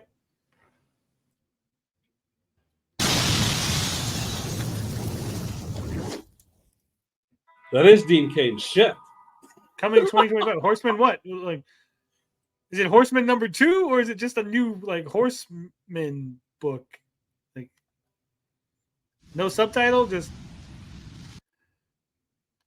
So this is also called The Horseman? The other one was called The Horseman, though. No, that was Horseman. Welcome to Flores Park. Remember? Oh, the other one had a subtitle. So we did the limited graphic novel before the. Oh no! ongoing So series. this is literally number one. Yeah. Also, why does it say Horseman here, but it's The Horseman on the cover?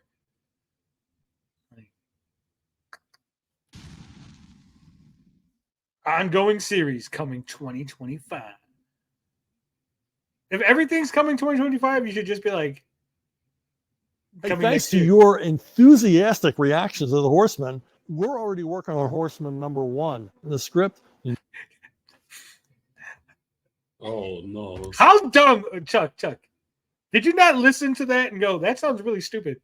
Thanks to your enthusiastic reaction to Horseman, we're working on Horseman #1. You go, wait, so the other one wasn't #1? Like, just be like, your response to the graphic novel about the Horseman has now inspired us to write an ongoing series about the Horseman, right?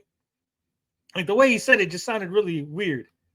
And Joe started on the pages. Stuff looks fantastic. I think you're going to have a lot of surprises in store. You may think you know what the Horseman's about, but you really don't. And you're going to find out more and more about the Horseman and his world.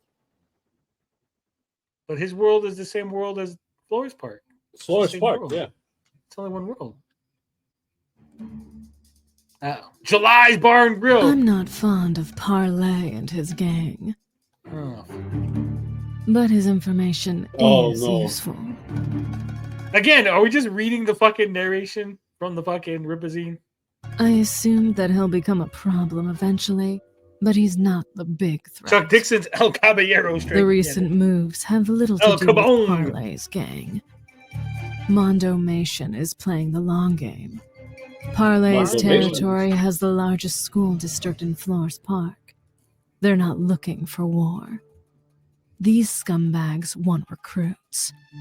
Young, naive boys and girls. Whoa, I'm not under any delusions. I can't bring down an entire gang by myself. Purple hair. A little push here and a little shove there. Perhaps I can at least make some things shake. Turmoil can be good business, but the little ones deserve a shot. They prey on them to secure a future. Yesterday's youth are tomorrow's adults. I've got to find a way. Wow, that sounds like a almost pedophilic. Yesterday's youths, tomorrow's adults. Like, whoa! What are you trying to say? What are you trying to say there, lady? She a teacher? You gotta watch out for those female teachers. Disrupt this. Sure. Written by Eric July. Yeah, I can tell. Drawn by Kane and Mike. Yeah, I can tell. So Rippaveal #2, unexpectedly, I just sound like he's out of breath. So Rippaveal unexpectedly did better than Rippaveal #1. I think a lot of that had to do, of course, with the team that was on that story. It wasn't just myself, because there were a lot of people that wanted sequential art coming from our art director, Kanan White. It was just highly, highly anticipated once people got a glimpse at that character. So Rippaveal #. You made a comic story about a white lady with big old titties and red hair. Of course it sold. #2 just absolutely took off. So while I'm trying to plan for Salvage's book, I had this other problem, which is a good problem to have. There's a Tony stream. Yeah, I can tell. Yeah. Now, we always gotta pause this shit. And that I had another character that a lot of people wanted. So I had to get started kind of kicking some ideas around. Now I had most of the story already written as far as the layout, but now we're starting to do something in a different format, of course, than what we're doing with Salvage, because Salvage will be just more or less just like a traditional sort of graphic novel. This is going to be an ongoing series with Saoirse #1. Now,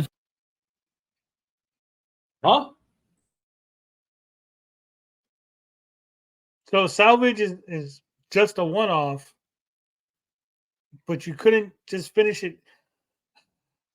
See, if you would just finished it in Ripazine, you could have had an ongoing story in the Ripazine, like buy the Ripazine, and you're gonna get 13 pages of salvage, and then like 4 issues in, we finish the story, right? It's like an ongoing hook for you to keep coming back to Ripazine.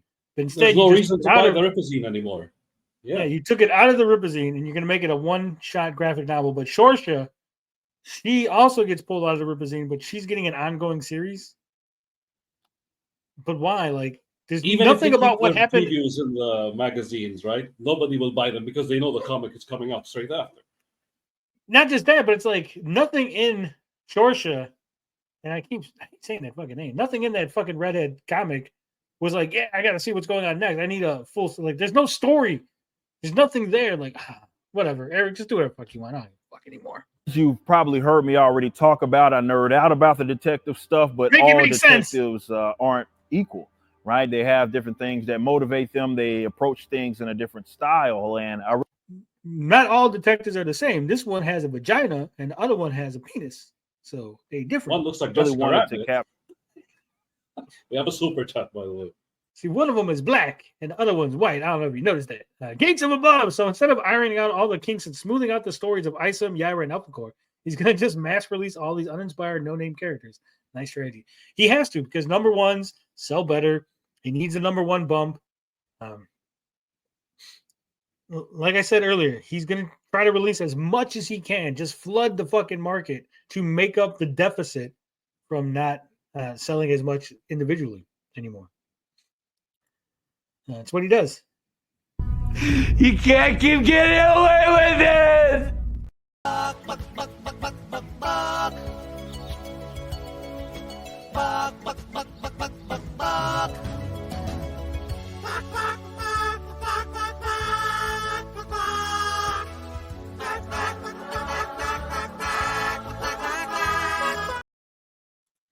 Is he even doing any more magazines? I don't know. I would assume that there should be a preview for the next magazine in this showcase.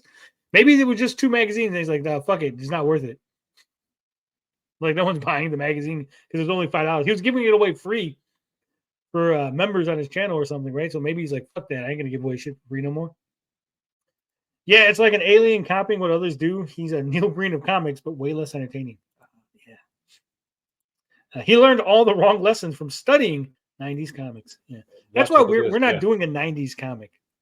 I said this over and over again, but we're doing a Golden Age, Silver Age inspired comic book. That's what we're aiming for. That's the goal, both in the look and the storytelling and the ideas art style, and the world. Yeah. You know, even the coloring. We did a thing where we looked at colors and we went, man, this is good. But doesn't look old. I want it to look old, right? So we went back. We went back to the drawing board and we figured something out. We found something out and we're like, hey, let's do this. And when you see it, when you guys see it, you're going to be like, oh my God, this looks like a comic book that I remember, right? For the older folks that watch us, because, I looked at the demographics. It is mostly, 35 and above. No, 30 and above. You guys are going to see when we come out with the book, it's going to be like those comics you used to read as a kid. That you used to go to the store, get them. Yeah, you used to sit on your stoop reading comic books. That's what it's going to remind you of.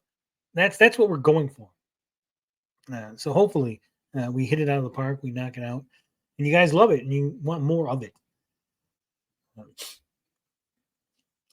Y'all need to stay away from Universe and just tell short stories. Like I said, it is self-contained. The first story is self-contained. It has a satisfying conclusion. It's not like a huge cliffhanger. There's no big oh my God, what's happening in the next issue, right? This first story, because I want it to be like, hey, if we fail, you guys can be happy with the ending in this story. But there are some episode from Batman the animated series, right? Yeah. Just its own thing. Yeah, but there are some little nuggets in there to steal an Eric Julyism, where you go, oh, okay, I want to know a little bit more about this, that, and the other thing, right? And then the backup stories are smaller too. They're not huge, scale where it's like, oh my god, it's like a little self-contained. Like the Jersey Blue backup thing is Jersey Blue centric, right? When we do the other issues and we have the backup stories, it's going to be the same way. Like you don't need the backup stories to know what's going on in the main story. You don't need to read the main story to know what's going on in the backup story. The backup stories you don't even have to read, and you're still able to follow along everything that we're working on. So hopefully, like I said, when you guys see it, you'll enjoy it. But let's get through this. Capture that esque of sort of that film fatale and being a private investigator, not necessarily just a spy of some sort, but a legitimate private investigator that's taking on some really, really crazy cases. And not just a spy, but a legitimate private investigator, which is nothing like a spy. So, and she's different from Salvage. So they're both private investigators. They have that LF certification, but they're not the same. And it's not just as simple as her utilizing her beauty to kind of navigate this world of Florist Park. Really, in being an LF certified person, it's not just that, because with Salvage, he takes on certain types of things. And if you've read the book, you know with Rippaveal issue number 2, he doesn't just take on any sort of gig. There's special types of gigs that he has to deal with. Seriously, she's left with these very, very dangerous gigs, and she's getting involved in this story with Mondo Mason. And yeah, see, he takes on certain kind of gigs, and she gets other kind of gigs, and that's what makes them different. Yeah, okay. Really can't wait for people to see how that's going to play out. Kanan's artwork on this is amazing. My good friend and, of course, our concept artist, and Marcos, he helped design the character. Kanan had just a little bit of input there as well. And that's no, I don't think Eric understands anything, Wilbur. I don't think he understands his own characters, his own story, his own universe. That's why he struggles explaining everything, right? Son of Watt says, my earliest comic memory is going to the chemist to buy Beano. There's that. I liked it better when Eric July didn't explain his characters. He's so bad at this. Yeah. He doesn't sound enthusiastic. He doesn't sound interested. He doesn't sound like he cares. Or it's just like, yeah, it's a guy who does things, and he's like an investigator. And then like she's like an investigator, but like a different kind of investigator, because she take different kind of job. He takes certain kind of job, but she take other kind of job. That's what make them different, because like she got titties, and she used them titties to get into like places, but he don't have the titties, so see, he can't use titties because he ain't got titties. So his job is different. So buy my comic book. That makes sense, right? Right, TJ? Gal. So when I approached him with, hey, this thing blew up, we got to do something longer form. Like before I could even finish my sentence, he was ready to get some more work done. So I'm really stoked to be working with him. I think we kind of have this dynamic duo, this tandem working together on projects like this. And in we have this dynamic duo. He's not gonna come out here and let you know that that I'm the Batman and that he the Robin, but that's kind of what we're working with. I think for years to come, this is going to be a character that a lot of people love, a lot of people gravitate towards, and yeah, they're just going to thoroughly enjoy it. It is a fun story, but it is a story that's meant to sort of make you think. She's navigating Florist Park. Yes, an affluent city, but there's different sides of it. You got the Upper East that we've talked about. I love how he describes Florist Park as if it's a real place that I could. Yeah, the Upper East Side. I know exactly with that club. And Eric, I have no idea. It's not a real fucking city. It's not like you go, hey, in Chicago, how there's like the South Side and it's real dangerous, and then you got like the Cabrini Green area, and you got downtown, right? And people could imagine that because they know it, they've seen it, they have the visual and the reference from it being a real place. You are talking about a fictional city that hasn't been explored in great detail. So no, I don't know how there's different sides of the city. I don't know what the city's about. I know that it's affluent, and that's about it. That's all he ever says about it. Florist Park is a big city state. So there's a lot of. So it's a city state now. So it's a big city state. DJ, things that we get to enter. Is a super chat like blow my brains out? Ah, damn it. Gates of Above says, I, for one, am looking forward to Worcestershire. She looks cool. I do like her look. I will give him that. But I'm partial to the redheads as it is. Not fooling a libertarian by bringing up them bitch ass roads. Fuck them hoe ass roads, man. Okay, you got twofer. Frog Tony. Shouldn't it be a fish out of water story, being that she's not from America? Yeah, you would think so. That's good point. What's up, Credence? Kanan drops really slow. Expect delays. Maybe he's been working on this book for like a year now. So entertain that sort of underground and the underworld in which she's operating. It's such a fun thing to do, fun story to tell. And of course, Caden just has a way of really adapting the story and capturing the essence of who I wanted Saoirse to be. And I just can't wait for you guys to read this ongoing series, starting, of course, with Saoirse #1, which will be dropping in 2025. I have no idea what the fucking book's about. Like, not a single comic in this 36 minutes Rippaveal that I've watched do I have a fucking clue what they're about. Even Zaylan, he's just a space warrior. Wow. Yeah. Okay. I know there's like too much information. Like Finbar is always telling me I'm giving away too much. But there's such a thing as too little. You know, the word empire is used very loosely. Oh shit! Oh no! Don't tell me he's having his own comic too. We said that maybe he was the real hero. He's actually helping people leave Flores Park in an underground railroad situation. Darren Fontano, the hero that you didn't know. People just associated with wealth and power. What exactly is it? At what point does an enterprise become an empire? An empire is a state of existence. That's because it isn't about mere wealth and power. It's about control and respect. It's about the respect, TJ. Oh no! That in his fucking thing. Hold on. It's all about the respect. About mere wealth and power. It's about control and respect. See ya, Anna.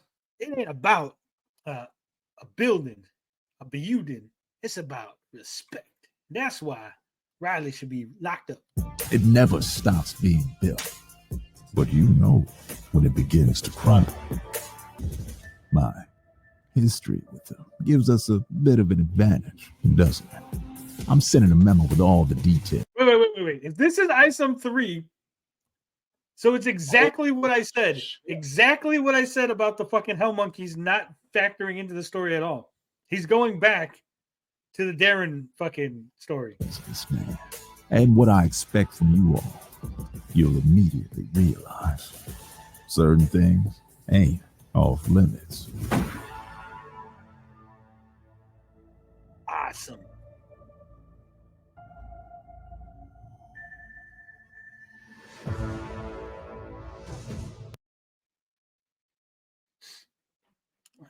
Eric July, Sebastian Cheng is a new colorist. Look at that. ISOM 3, TJ, he did it. He paid off the ministry. But also, what's up with the Hell Monkeys? TJ, the end of the story was a giant Hell Monkey going, "Oh, I'm coming to get him," and then what happened to that?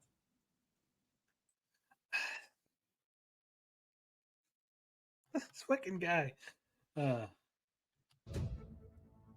that was a dream. He dropped it all. Always DTM. At this point, I would be more pissed if they didn't reveal a comic for that wrestler guy with the stupid name from. Hey. Shungite. Larry Shungite is the greatest fucking. We got to convince him to make a Shungite comic. Where's my Shungitis? I got Shungitis. DI rules. Also, Vito did say he was coming on. I don't know why. Probably fell asleep, badass. All right.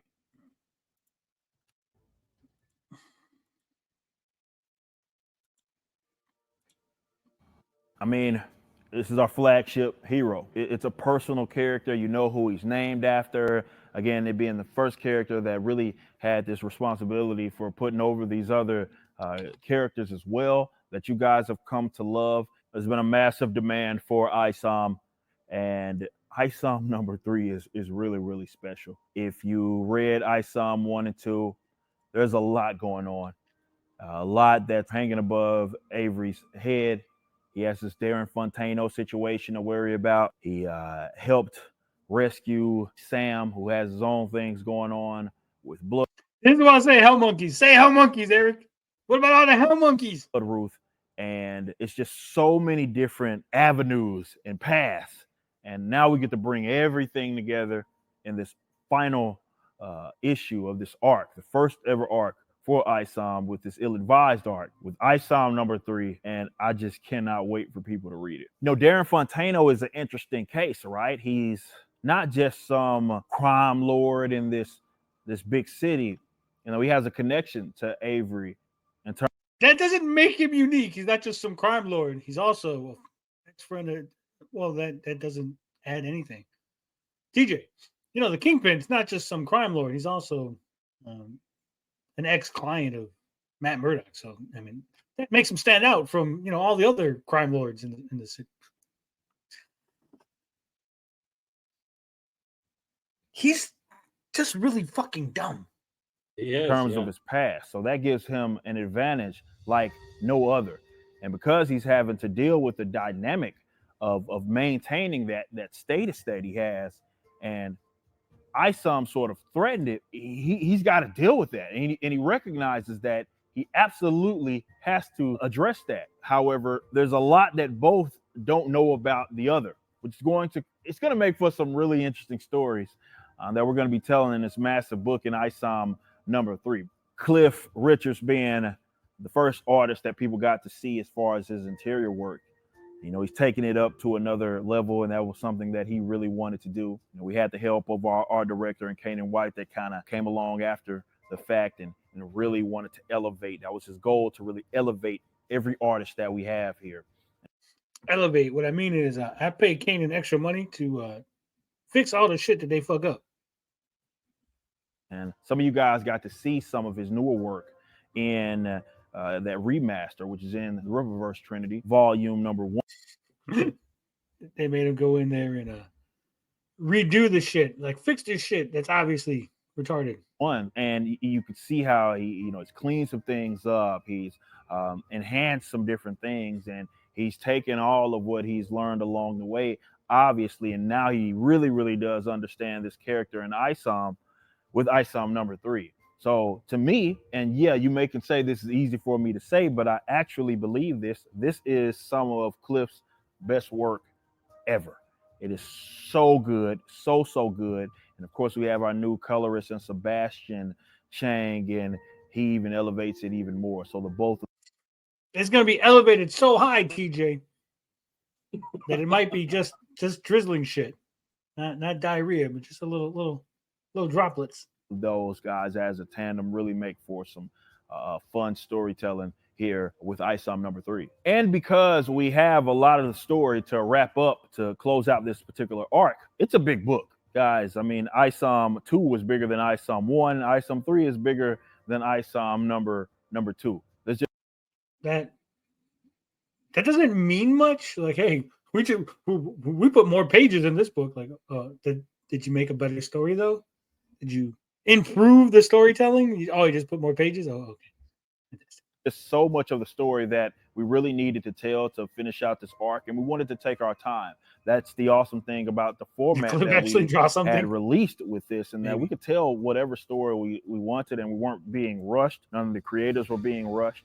And while I do know, and I'm very aware of that demand where so many people like, look, man, where is the next ISOM? I'm waiting for it. Trust me, it's going to be well worth the wait. You're going to get a great story. Of course, I feel really good about it. I feel like this is some of my best work, and also Cliff's best work as well. And it is a satisfying conclusion to this first arc, but it's also, I think, going to leave you with some questions as well. And you're going to be stoked about ISOM going into the future, or at minimum, you're going to be curious about it. So ISOM 3 coming out finally in 2025. Myself, Cliff Richards, Sebastian Chang. Man, I know you guys are going to love this story just as much as I love creating them for you all. And that's so many words to say so little. support that you guys gave it and have given Ice this brand new, fresh character. He's only 2 years in, and you supported him the way that you have. It means a lot to me. It means a lot to all of us in the Rippaverse, and that's why we wanted to write the absolute best story that we could with Ice number 3. Wilkins, the entire time you were one of us. Uh-oh. We getting Alpha Core number 2, the next one coming up. Imagine if it was about Wilkins. Yeah. Also, is this about Isom when he was younger? It's 2 weeks ago today. Here's the thing. Shouldn't Isom have either been the first thing that you talked about or the last thing? Like, and now the big reveal at the end, like, because you demanded it and the haters thought it was never coming. Isom 3. You know, it's just like you just threw it in there right before fucking the Alpha Core 2. Like, nothing. Usually when they do like these showcases, like they showcase a bunch of stuff and then you have the big reveal, right? Like the big thing that people are looking for. Like this doesn't have that moment. Like this just like everything just seems to be like we're gonna treat everything equally. Like it's just all equally shit. Did what many of us Also because Chuck to do. Dixon is more important than Eric July. We're ending with a Chuck Dixon book, as you can see. Like you should have started with the Trinity and then ended with Isom, right? Yeah. Your courage, your sacrifice will not go unavenged. I wish we had more time to mourn. They're gonna avenge him? You barely knew The him. city-state is on our ass. With the Eagle's Nest crashing, our enemies predictably pounced on the opportunity. Now, even the civilians... Again, I guess nothing is drawn from Alpha Core 2 because this is all panels from the first one. of the city-state are questioning our existence. We're in trouble. So 2 books in, so issue 2, the city's already like, man, maybe we fucked up by making Alpha Core a thing. Like, what? We're having second thoughts about Alpha Core. Maybe you guys have to prove. Like, that's supposed to be like a fucking plot point by the 5th issue or 6th issue, right? Like you're heroes, you did some things, and oh no, the bad guys tricked me into like endangering civilians or like going into a building where I thought there was a bomb and it turns out there was actually nothing in there, so I blew it up or something, right? So then the city's like, oh no, like maybe we shouldn't have Alpha Core, right? Like 2 issues in, you're already like, oh man, we shouldn't have Alpha Core. Like it's like he jumps the gun on everything. And I know Chuck's writing this, but I'm pretty sure Eric gave him the like. It's like the Zack Snyder thing, right? Like the second Superman movie where he appears, Doomsday is already there. Not just that, like even the first Superman movie, that was my criticism. Off jump, it's Zod. True. Well, not just Zod. You could have had Zod, right? But killing Zod made no sense because you didn't establish that he had a no-kill rule. You didn't establish why killing Zod was such a pivotal thing. Like if he would fought 2 or 3 villains, in previous movies, and then he's forced to kill Zod, and then you're like, oh man, there's the impact of that decision, right? Like he's willing to break his rule because he loves fucking Lois so much, right? But this is just no rule established. just like, oh, he just killed that guy. Okay, like, yeah, a guy who likes Heelys, I can see it. Yeah. He wants MCU Civil War for the Rippaverse. Yeah. Man of Steel sucks. Yeah, it did. People are still defending that. The Eagle's Nest crashed because failure is the only thing you do. And if all that is not enough for you, Alpha Core 2 is on its way. I've begun writing it. It's the continuing adventures of Brian, Ingrid, and Braxwell. It deals with the consequences of all the actions, all the stuff that happened in Alpha Core. Everything that they've pitched that was a sequel is like, this is the continuation of and dealing with the consequences from. Yeah, no shit. That's what continuing stories are, Chuck. I'm sorry. But like, I'm expecting the number 2 to deal with these things from the first, the fallout from the number 1, right? And just like number 3 is going to deal with the fallout from number 2 and so on and so forth. Like, or 1. You're not selling me. Destruction of the city. A lot of people are blaming Alpha Core. So Alpha Core has a lot to make up for with the citizens of Forest Park and their own fellow police officers. In addition to that, I create a brand new villain, and it's gonna. Oh man, Chuck. Again, whoever wrote this script for this is fucking retarded. There's no villains. There's no universe. It's not like, oh man, Alpha Core 2, like there's like a whole rogues gallery of villains that like I'm expecting them to fight, right? Do you know why in Spider-Man 1 there's a new villain, in Spider-Man 2 there's a new villain, in Spider-Man 3 you want to know why there's new villains in all the issues of Amazing Spider-Man for like the first 10 issues, TJ? Go on. Because there's no fucking villains, or he hasn't fought anybody.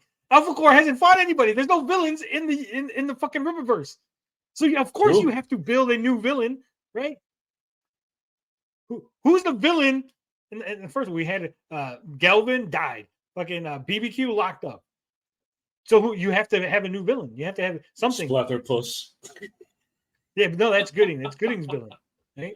So I'm saying like they keep acting as if this is like 30 years into the comics where like there's so many villains, like we just kept recycling. Like, I know you're getting sick and tired of us just recycling all these villains, right? This is the 5th appearance of Dr. Doom and the 7th appearance of Magneto, the 18th appearance of fucking Dr. Octopus and the Green Goblin, right? Like, so now we're coming up with a new villain for this next issue, right? Like, yeah, that makes sense. But like, we're not at that point. We're not at the point where you haven't established a whole bunch of villains, a rogues gallery, right? It's frustrating. The USB was the real villain, yeah. The USP? They need to bring that back. He's getting his revenge in the 3rd issue. Blow your mind. Let me tell you, I'm really excited about this opportunity to be a part of what is basically a comic book movement in the Rippaverse. The fans are great. My fellow creators, like Mike Barron, and my fellow creators, like Mike Barron. Who I'm already friends with outside of fucking Rippaverse. Oscars and the terrific crew here at the Rippaverse. And of course, Eric, driving the bus. He said, listen to that again. This is so great. Listen to this. And the terrific crew here at the Rippaverse. I got to go back a little bit. In the Rippaverse. The fans are great. My fellow creators, like Mike Barron and the Saskas, and the terrific crew here at the Rippaverse. And his fellow creators, Mike Barron, the Saskas, not Eric July, and the Eric July, the great writer, the wonderful crew. Didn't name a single one. And the crew, and then yeah. And of course, Eric, driving the bus. Eric driving the bus, not Eric's writing abilities, not Eric's storytelling or creativity. Because he's financing everything. Eric's the money guy. He's the Tony Khan of the fucking driving the bus. He's the money mark, So the Herb Abrams, if you will. Great stuff here, and I hope you're enjoying it as much as we are. Oops, forgot to create it. That'll wrap it up for our first ever Rippaveal showcase. In the future, we'll announce some of the artists and the surrounding team for their upcoming projects. There's still other works that we plan to put out this upcoming year, such as more Rippazines, and perhaps those will make it to the next showcase. We thank you. More